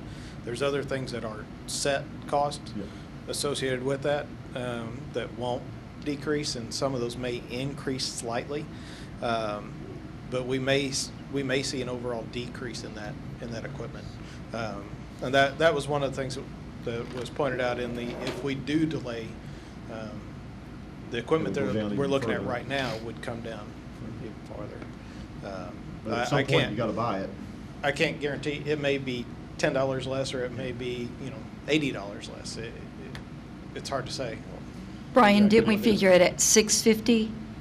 The device? And the teacher $750. And $750 for a teacher. And we haven't really formulated a game plan to go out and say, hey, we're looking at doing something. Right. Bring us your sharp pencil and see what you can do either. I mean, we're That's just true. kind of going by market pricing, correct? Exactly, and we're looking at what other districts have spent on the devices, what they got for their money, what we have bought in the past, and the numbers that we think the way they should come in, but we didn't want to go too conservative with those numbers, because if we say it's going to be 600 and it comes back 650 at 1,200 devices, I mean that's a pretty good chunk. I'd much rather save that $50 a device than say, hey, look, we saved money. But I think he makes a good point. We did go conservative on but it was a difference in what you talk about comparison in the past. Yeah. It's not 1,200 computers, or actually about 1,300 with the teacher devices. So that's, it was 250. Yeah. We were buying 250 of Right. them instead of 1,200 of them. So when you're looking at other districts and what they've spent, is it comparable amount of purchases what we will be purchasing? I mean, the other districts, they've been buying 1,300 units? Some districts bought just under 500, and one district bought 300. 300, I think that was the lowest, wasn't it? And Wentzville bought about 1,400 based on their freshman class. That was. So that purchase number would be similar as what we're looking at for the whole high school. Right, and then They did a small netbook And how long ago did they do theirs? a year ago. A year ago? Right at a year. So there'd still be probably some difference in pricing. Right. And then there was another district that bought 3,000, but they went with MacBook Airs. So that price is, yeah. So, and then there was another one that leased. Well, Poplar Bluff is leasing theirs too. They're going with theirs. Most of the ones over in Southwest went with MacBook Airs. Yeah.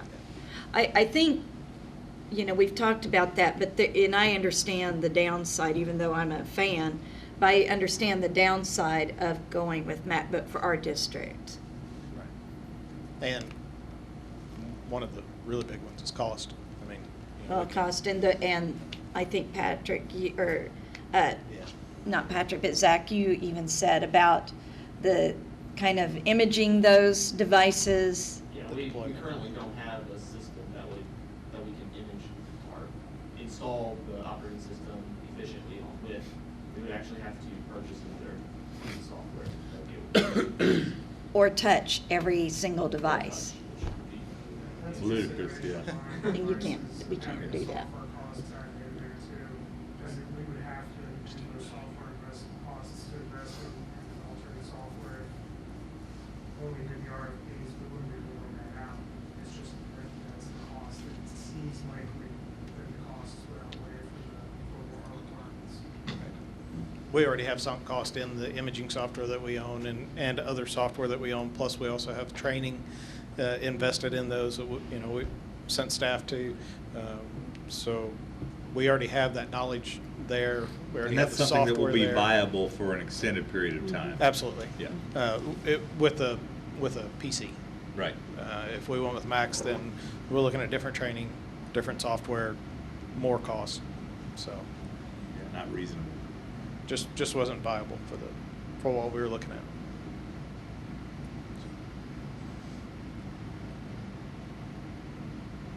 Any questions on cost Oh. or anything? Well, I just have a very general question, that is that, does anyone believe that this is something we won't do at some point? No. I mean, maybe 50 years from now or something, but anyway, eventually. Eventually. Maybe next year, maybe, Yeah, 10 years down the road, it's going to look different. I mean, you're going to have different devices and things like that. But it's all going there. Textbooks are going away almost everywhere. Universally, they're going away, which means you're going to have an e-reader. And if you have an e-reader, why don't you go ahead and put your assignments on it? And if you can put your assignments on it, why don't you go ahead and put your papers on it? And if I mean, it's high schools, colleges, elementaries, third grade, I think, was several of the ones we looked at were third grade. That they're starting in third grade and bringing them up. And Mooresville, I think, bought third through 12th grade. They just bought the entire thing. I think it's eventually going to happen no matter what. It'll look a little different, obviously, but I think the labs and the teacher stations and I think all that is a thing of the past. So there's going to be a board that has to make the decision to, say yes, and there's going to be a staff that has to change at some point. I mean, I just want to make sure that I was had the right thinking there. I mean, there's, and don't get me wrong, there's going to be school districts that will delay, and they will buy just a $50 e-reader so that they can have the textbooks, and they will have a computer in the classroom so that they can do assignments on, and they'll probably have labs, and they're going to be doing a disservice to the students that are trying to even enter the workplace. Because, I mean, how many places do you see that don't use a computer, don't use some form of inventory software, some form of tracking sales? Point of sale. Yeah, point of sale systems, everything. I mean, when I was younger, I used to work on all my own cars and restored Volkswagens, and I'd go to the salvage yards, and you'd walk in, you'd go back, you'd pull out a part, and they'd go, yeah, that's $5 or something, and that was it. And now all the salvage yards are completely inventoried, and they can tell you, the people that are working in the yard have a scanner. They have to go back, scan that part, type it in, go back to the computer, look up the salesman. I mean, everything. And you would think, oh, well, it's a taillight for this, It's like, no, everything is completely computer-based now. And no matter what industry you're looking at. Yes. If I could direct this question to Dr. Welker, what is our next step now? That's a very good question.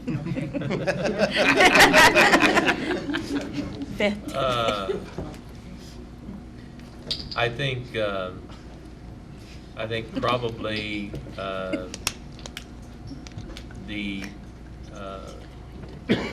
there is a recommendation from the committee, and I think once we have satisfactorily answered questions, I would appreciate some type of approval by the board that we move forward with the committee's recommendation. We don't have that on the agenda as an action item tonight, but once we have satisfactorily answered questions, would see that coming before the board as an action item. Now, no, maybe if someone, if one of the board has a different idea, I don't know. Well, strictly speaking, first we would need to hire a person and roll out the professional development part. And wouldn't necessarily be needing to right away agree on models and stuff. Every teacher has a computer, okay? So I think whether we move forward now or a year from now or a year and a half, 2 years from now, we still need that instructional technology person to start getting in there and doing PD. And I think the research showed that that is critical, is PD. And from all the districts, even on the Moornet call the other day, everybody is saying the same thing, PD, PD, PD for the teachers. So the way that we've got it laid out is very systematic in how we've done that. So, you know. It would be excellent to use that person now on the equipment that's in there, like Dr. Copeland said, because I have heard comments about, I have a document camera, but I have no idea what to do with it other than to show this spreadsheet or something up on the board. And it'd be really nice to know how to integrate that into my lesson. I mean, we have so much equipment out there right now that would be extremely useful if everybody could get a little more training on it. I'm not saying they're not using it at all now, but it could be used so much better. So that instructional coach is a huge piece of it no matter what we do. Yeah, even on our smart boards are not being used to the fullest right now. An instructional person can come in here and get everybody up to speed even on those. To answer the question more specifically, probably the next in the very at a minimum, what we would have to have is approval from the board to hire that person. Okay. That is really the next step, would be to hire that instructional. Is that not right? That is correct. If we wait till January, then that person doesn't come on It board backs till us up. February. Yeah, that schedule will back up, and we lose a little bit of hours in tech and training. 4 or 5 hours. So it needs to be sooner rather than later. Right. Yeah, that was going to be my suggestion, to go ahead and either vote yes or no as soon as we can, so that you can utilize the schedule that they've created. Now, if they have to start pushing it back, well, that's okay too, if we vote no and they regroup. But for the moment, for the work that's been produced, we kind of just need to go ahead and, as soon as possible, vote yes or no on that. And then if we vote yes, then there's other things that got to be done. The policy committee's got to get a referral and start working up how to address usage and that kind of thing. Can we schedule a special meeting to do that? I'm certainly open to that. Technically, you could vote now, Could vote since it now. was on the agenda. And that's up to you all. I mean, that's. I mean, I think we need to do that because obviously, this is the direction that we're going in. So we do need to do that. We might as well see if that's the direction the board wants to go in. We might as well do some kind of vote tonight. Exactly. I would move that we adopt the one-to-one program for the Cape School District. Second. Okay, any other discussion? And in the word, the timing of that, in the motion that you just stated, we basically are agreeing to proceed as we can, financially.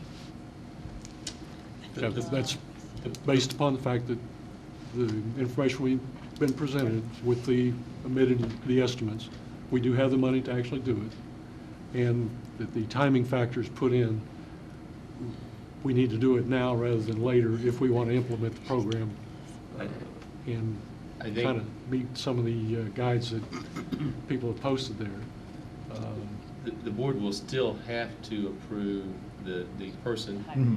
and the board will still have to approve the budget for next year, which includes those expenses. So those are really the governing documents that as we move forward, those things will have to be approved I would separately. say if you could bring a candidate and get the candidate even before the next board meeting, because like I said, if you hire them the next board meeting, that person's not gonna be on site, what, February, something like that, so.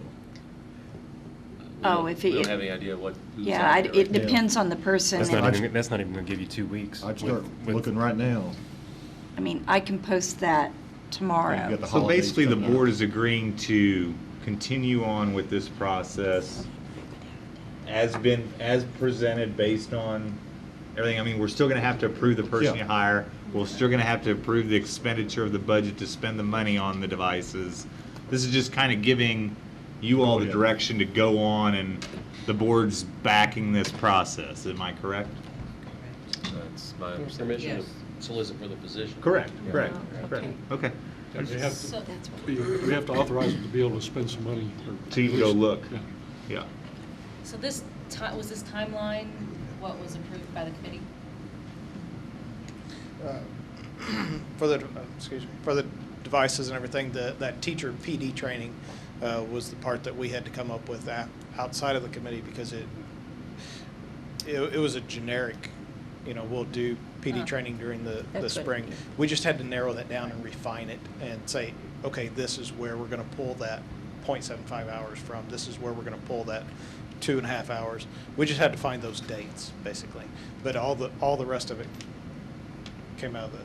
Yeah, the work of the committee was not to develop that. The work of the committee was to do research and to determine whether it was in Cape Public Schools' best interest to implement a one-to-one initiative. And I think Right, and then we did that. Correct. I think. But actually, at the last meeting, we had a unanimous vote to make the recommendation to the board to proceed. The committee recommendation was this, is that right? And Absolutely. that was presented to the board Mm-hmm. at that special meeting, I believe, wasn't it? Yes. It was. Yeah, it was presented to them, and then also that the computer. Would it simplify things if I amended my motion to just adopt the proposal?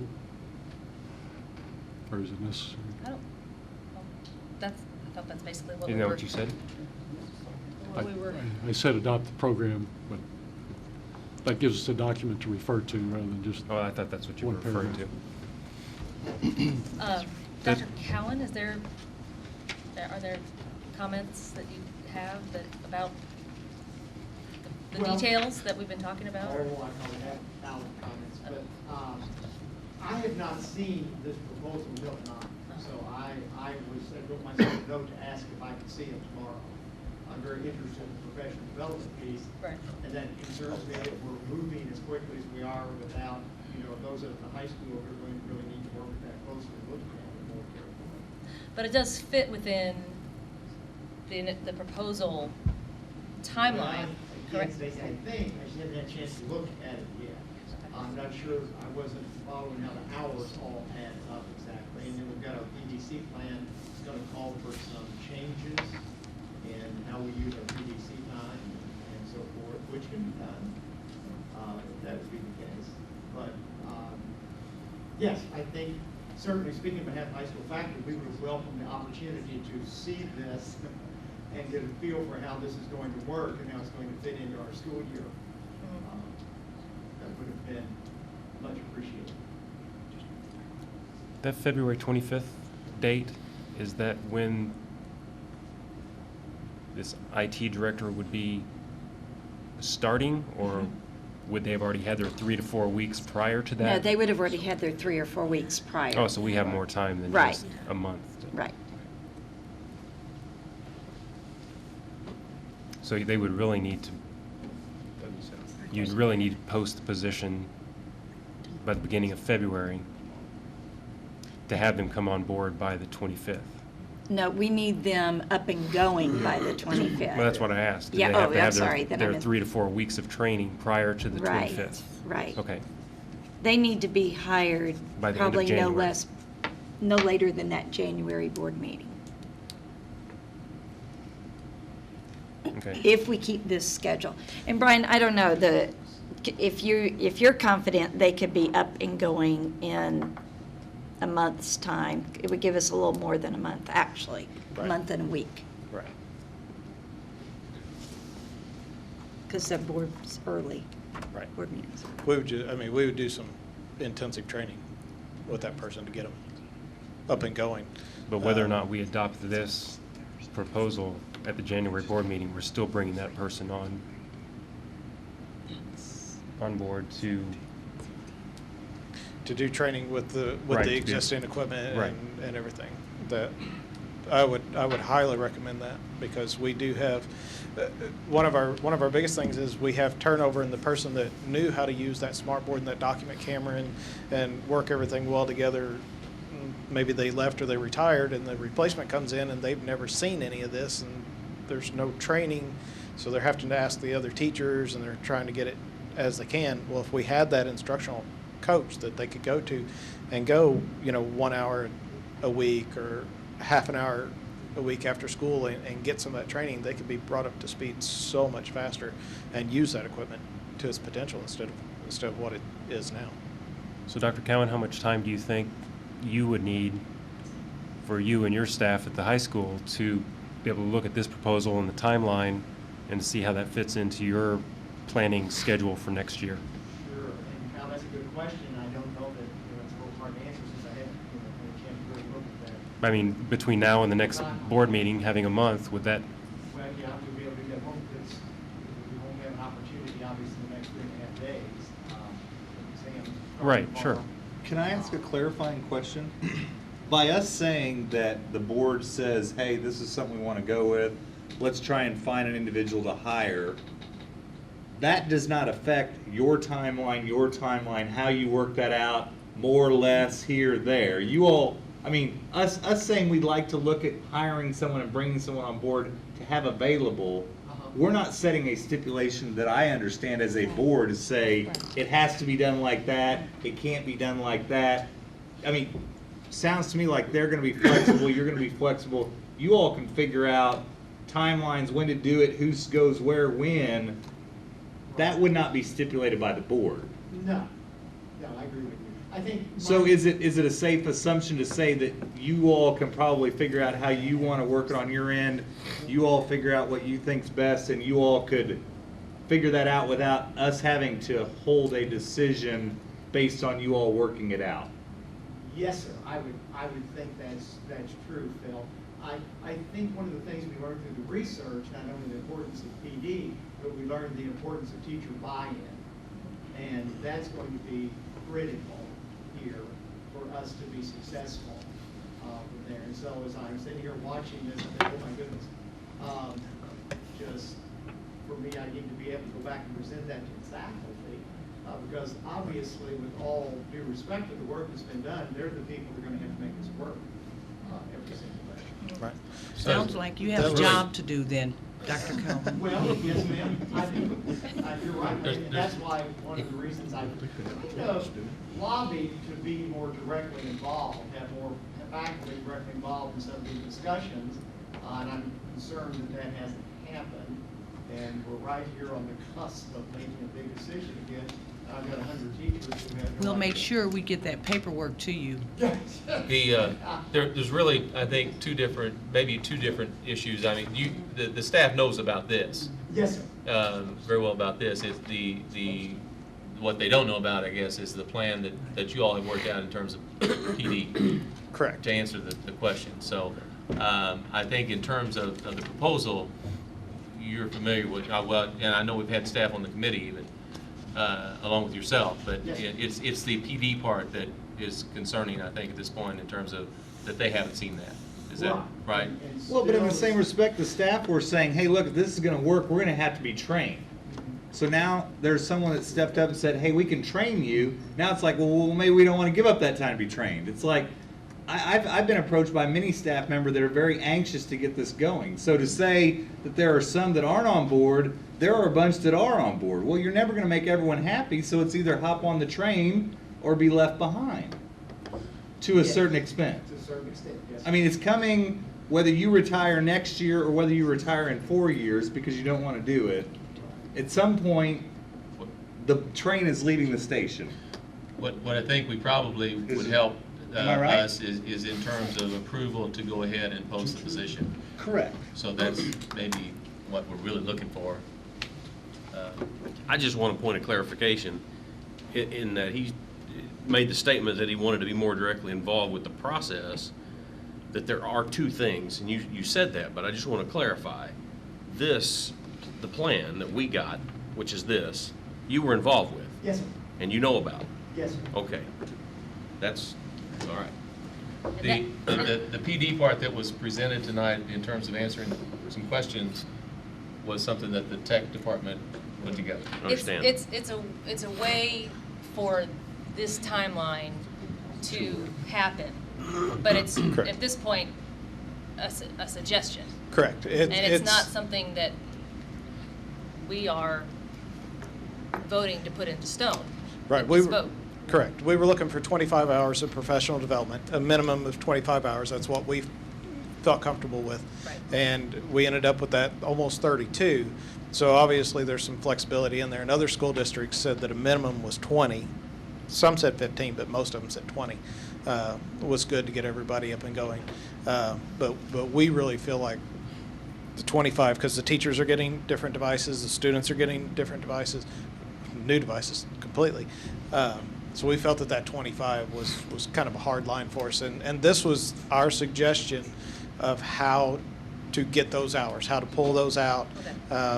It was the least intrusive that we could find, instead of just saying, we were looking at 2.5 hours on that PD day, instead of saying, okay, well, we're going to take half of it, or we're going to chop all of it off. This was the least intrusive that we felt like we could get all those hours in that time frame. But it's a way to do it. It's a way to follow the proposal, the plan that we're going Absolutely. to vote on, and then to Phil's point, Dr. Cowan, you all can sort out the details of what the committee agreed upon. Yes, They can make the sausage. Right. This time, next year, when they come back in January, the high school will be on these devices. I think that's pending funding. Is Well, that not correct? Yes. It's still Yeah. pending. Yeah, but let's say Provided budget. every Right. piece that's been Right. presented tonight is in Yes, place. that is our goal. Yes. So the teachers in the high school will have, they know where they're going a year from now, is to implement with these devices. Every teacher. Right. I wanna And they see will the have PE those- teacher- I want to see PE teachers in Moodles, that's just. Yeah. This is how you do it. Thrust squat. Well, they're right back. Elizabeth is a PE teacher. You might ask her how she So was feels. I. I do have one, and I actually do have all of like my study guides on there, as well as You probably sat in the front row in the PE classes too. I remember you. Yeah, she's in a specialist program right now, so yeah, in administration, so. Okay. Okay. Hey, any other, I don't mean to take over for you, but Okay. I think I see something I need to do here. Any other discussion? I just think the key thing to remember is there's going to be some growing pains initially, and there's going to be some extra work required on the part of the staff to get everything going. But I think if all of the data that's been presented throughout the committee's research and been presented to the board, that basically this improves student achievement, increases test scores, and basically gives them better educational opportunities now and in the future. So, I mean, if the district truly has the goal of increasing our students' educational opportunities and the education that they receive while they're at Cape, public schools, this is the right thing to do. So, Well, and looking at it, some of it can make your job easier once it's in place. Right. It's like a little now for a lot less later. And I don't know if there's full understanding that once I get these things online in place, I don't have to keep recreating it over and over and over again. and I think the apprehension, just from speaking with some teachers, is that that's going to take time initially to either make them themselves or to go out and find those lessons and bring them into the classroom to make those available to the students, which, if I'm understanding right, you'll have some of that time made available on the That on the half training hour. schedule. So Right. it's not like it's additional time out of their schedule. It's just that the time that they have on the calendar now is going to be used for something different than what. Correct, correct. And that's what that half hour after school that was on the schedule, they can come down, they can ask questions, you know, what is a good resource? You know, maybe I'm an algebra teacher and I have no idea. I've never used Moodle, I've never seen it. Okay, there's a good first question, you know. Where do I find algebra equations for Moodle? You know, where do I do this? And they may take that whole half hour for them after school, but it'd be a really good starting point. And I think, kind of speaking to that, as part of the teacher buy-in, if they don't have training, they're not going to buy in. And if they think that we're not going to be able to provide that training, they may have buy-in now, but if they don't think we're going to be able to provide training ongoing, you're not going to continue with buy-in on that program. You're going to lose interest and people aren't going to want it. So that having that person on staff that can not only do the trainings but also answer the questions, you know, just by email or swing by the room or something like that is huge. It's critical. I mean, it is absolutely critical to the program. Are there general pools of information out there where things have already been created and built that can be Yes. accessed Yes. by these teachers if they're not building it from scratch? Yes. Yes? There's pieces that you bring in and kind of assemble yourself. It's not like a full lesson that you But I just... mean, they're not sitting there writing HTML to create a program. Yes. That's what I'm saying. They I mean, can. They can. But I'm saying, and as this program's become more prevalent in districts, more and more information is flooding the market to piecemeal together. No. Chris has actually dealt a little more with the, like trying to import things in Moodle and find pieces in Moodle. There's sections that Run a SCORM. It's a lesson, a standard lesson package. It's a standard for how those lessons interact. And will some of this be what's presented in their PD? Yes. Absolutely. Not only how to operate the computer, but how to find information, how to paste it together, how to plug it in. Absolutely, and there's I mean, we can even go beyond that. There's another program called Turn It In. I don't know if anybody's heard of that or not. It's basically a plagiarism site. It's fee-based, obviously. We have to pay for a subscription, but you can use that on your English assignments, have them write a paper. It goes through the Turn It In site. It checks it for possible plagiarism, and then it gives the teacher a score based on how likely it is that anything in that was plagiarized. So, I mean, if we did something like that in the future, I think that would take a huge load off of just trying to grade papers, because if you're not only grading it, but also trying to figure out if it was plagiarized, you're doing double work there. And if you already know, oh, this only scored a 1 out of 10, very, very unlikely that it was plagiarized, you know. And I do have one thing, that the textbooks that we're ordering now come with a multitude of electronic resources with that textbook. So they will have so much information, you know. I don't see a problem of lack of information of finding, maybe Right. narrowing it down to what they need, you know. We right now on our site have Khan Academy up, and I think Dr. Welker has talked about that before. That's a really great resource. Math teachers, we were talking about, GeoGebra is a fantastic source for math lessons for those, you know, algebra and geometry. There's music sites out there for the music teachers. There's apps that you can put in there that you can write music scores. There's so many things out there that are available. And one of the nice things about Moodle is it being open source. You have an entire community working on it. So you have, I forgot how, does anybody remember the last count of how many schools were using Moodle? I can't remember.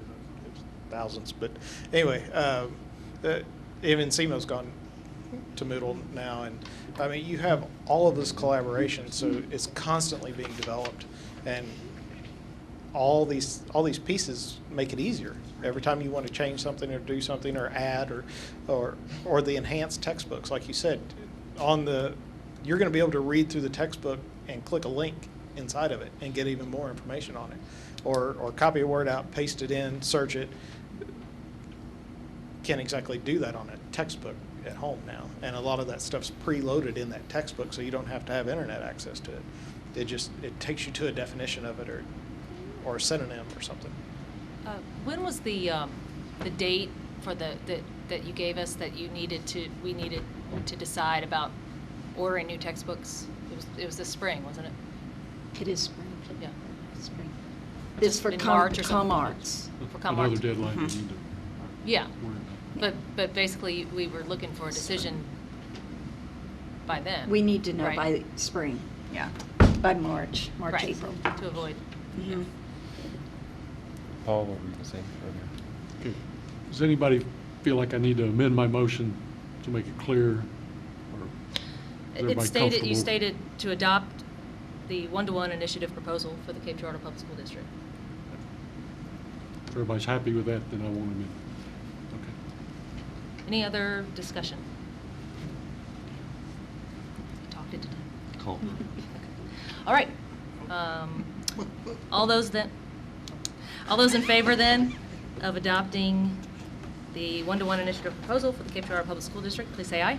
Aye. Anyone opposed? Okay, it's adopted. So we now Thanks. need to give them Thank you. permission to open up. Well, it's in there. It's So in I there. think it's in that proposal. Okay. So I think we're all right. Okay. Information proposals from board members, anything else? Right, There. right. Yes.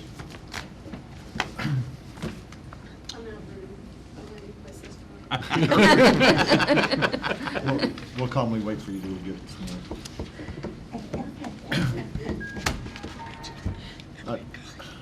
I don't know about, well, I know everybody here was affected by Friday, and most of you are parents, have been parents. But I don't know if Dr. Cowan agrees. He's been around as long as I have. This one was a game changer that happened Friday. And I've talked to 3 or 4 old retired superintendents, and more or less like me all weekend, they wandered around aimlessly all weekend. And I listened to a lot of sports radio, and on the sports radio for the whole weekend, that's all they talked about. They didn't talk about ball games. And obviously, I think on other, and I think, unlike the other ones, I think in this one, we had 2 staff members who just more or less committed suicide by throwing themselves in front of somebody with a gun. And this one was similar in other respects. They pick out a place where there's nobody there to deter them from coming in. This place had just instituted this school had just instituted a new security policy, if I'm not mistaken. And I think the 3 or 4 of the people in the office, the first person, they're all dead. There was nobody there to deter them. So I would like the administration to come up in the future, near future, I don't know what it takes, and the board, if they can come up with a proposal, they may not like it, I don't know, that features in every building we have, including this one and the Career Center, some kind of on-site deterrent. And you can figure out what deterrent is. I know what I think deterrent is, so that our children and our staff members are not sacrificed. These are the smallest of the small, 6 and 7 year old. You all have 6 and 7 year olds. Just imagine that. I imagined my daughter, who's a teacher in this district, throwing herself, she's a kindergarten teacher in fact, throwing herself in front of her students. And teachers here would have done the same thing. And I have a granddaughter, much as you all have. I'll have 2 granddaughters there next year. I told Dr. Herbst tonight I'm thinking of parking out in front of Clifford Elementary all year next year, all day long. You're hired. Well, I have some proposals on that, but now's not the time. And I'm not wanting to get into the issues of gun control, I mean, they've all been up there. one of my fellow retired superintendents had a long list of things that contributed to this, and I think we can argue for about. That's not going to stop. Even if they did away with guns right now, I heard over the weekend 300 million guns in the United States, so they're going to have them. The police, this is a small community where this happened, not much smaller than Cape. I heard 27,000. The police were there in 10 minutes, and there were 27 dead in those 10 minutes, and he shot himself when he heard that the responders were there. That's when he killed himself, right then and there. And so I think we need some kind of policy. We don't have to wait 10 minutes. And I think if people know that there's somebody there to deter them, they may not show up to our school buildings in this community. So that's what I would like. I don't know if you need more information, or if you don't want to do it, that's fine, but I think we need some kind of policy that deters this from happening. Do districts set their own policy in regards to conceal and carry, and a trained person to have I would remind possession? you that this is one of the exceptions to the open meeting. Yes. You can discuss the security issues. I've asked for that to be placed on our I think closed it's on session the- tonight already, a review of our security policy. And obviously, you know, this is something that's weighed heavily on our minds as well, and we, you know, we look for every way that we can to keep our buildings safe, and, you know, we'll entertain any suggestions that come forward. At the same time, you know, we currently have procedures in place that we follow, and we'll look for any way we can to improve those procedures. Well, I don't know if anybody's been out to the IRS office out there. They have an armed guard in the IRS office. Federal buildings have armed guards. And here we have the most precious commodity that we have in this community, and we do not have anybody there to deter in most of our buildings, I would imagine. I imagine you have resource officers in the high school. Yes, sir. I'm not sure about the middle school or the middle school. Maybe we I should would defer that let's- discussion. Okay. Yeah. That's all. Okay. All right, thanks. All right, then is there a motion to move into executive session? So moved. Got safety, Second. sorry, yeah, we've got safety and security procedures and personnel issues to discuss. Any discussion? Okay, take a roll call vote then to move into executive session. Yes. Yes. Yes, Yes. Yes. Yes. okay. We're in executive session. Thank you all very much for coming and contributing all your info.